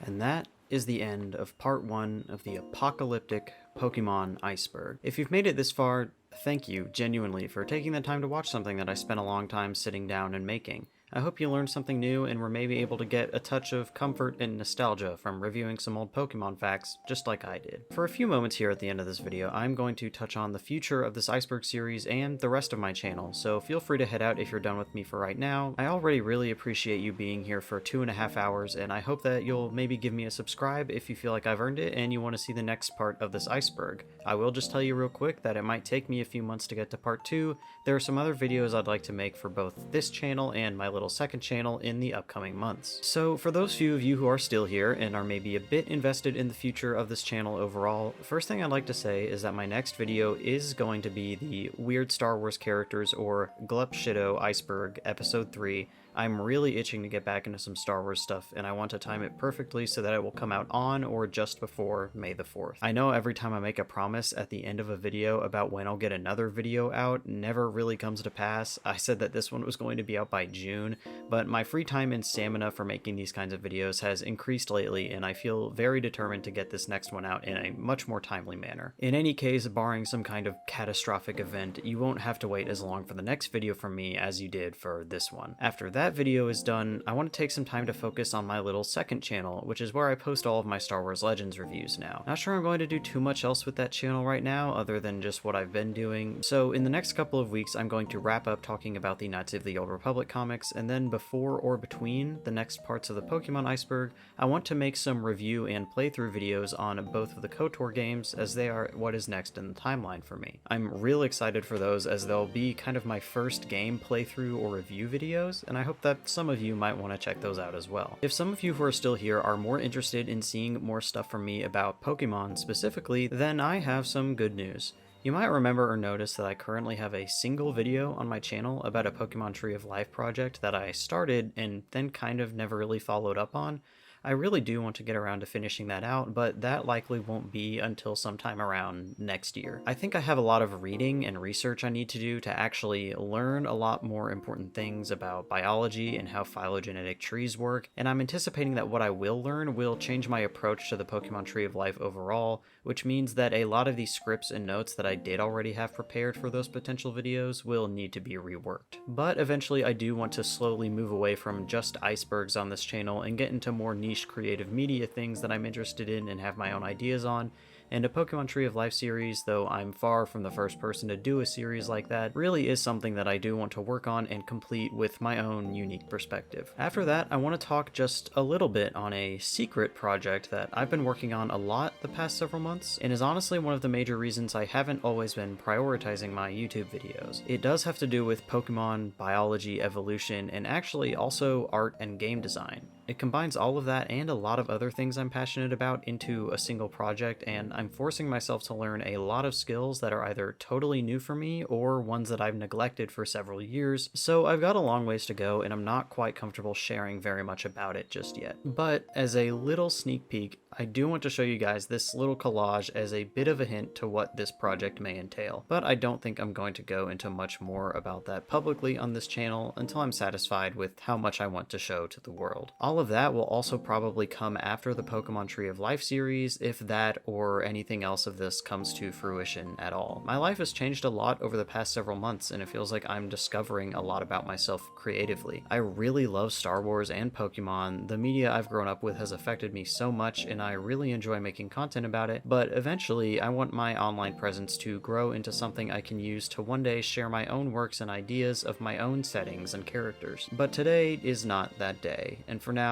I hope you all are looking forward to my coverage and thoughts on Pokemon, Star Wars, and maybe some other little nerdy things. But that's all I've got for you today. Please take care of yourself out there, and I'll see you when I see you. Thanks again for sticking around. I hope you have a peaceful, fulfilling rest of your day.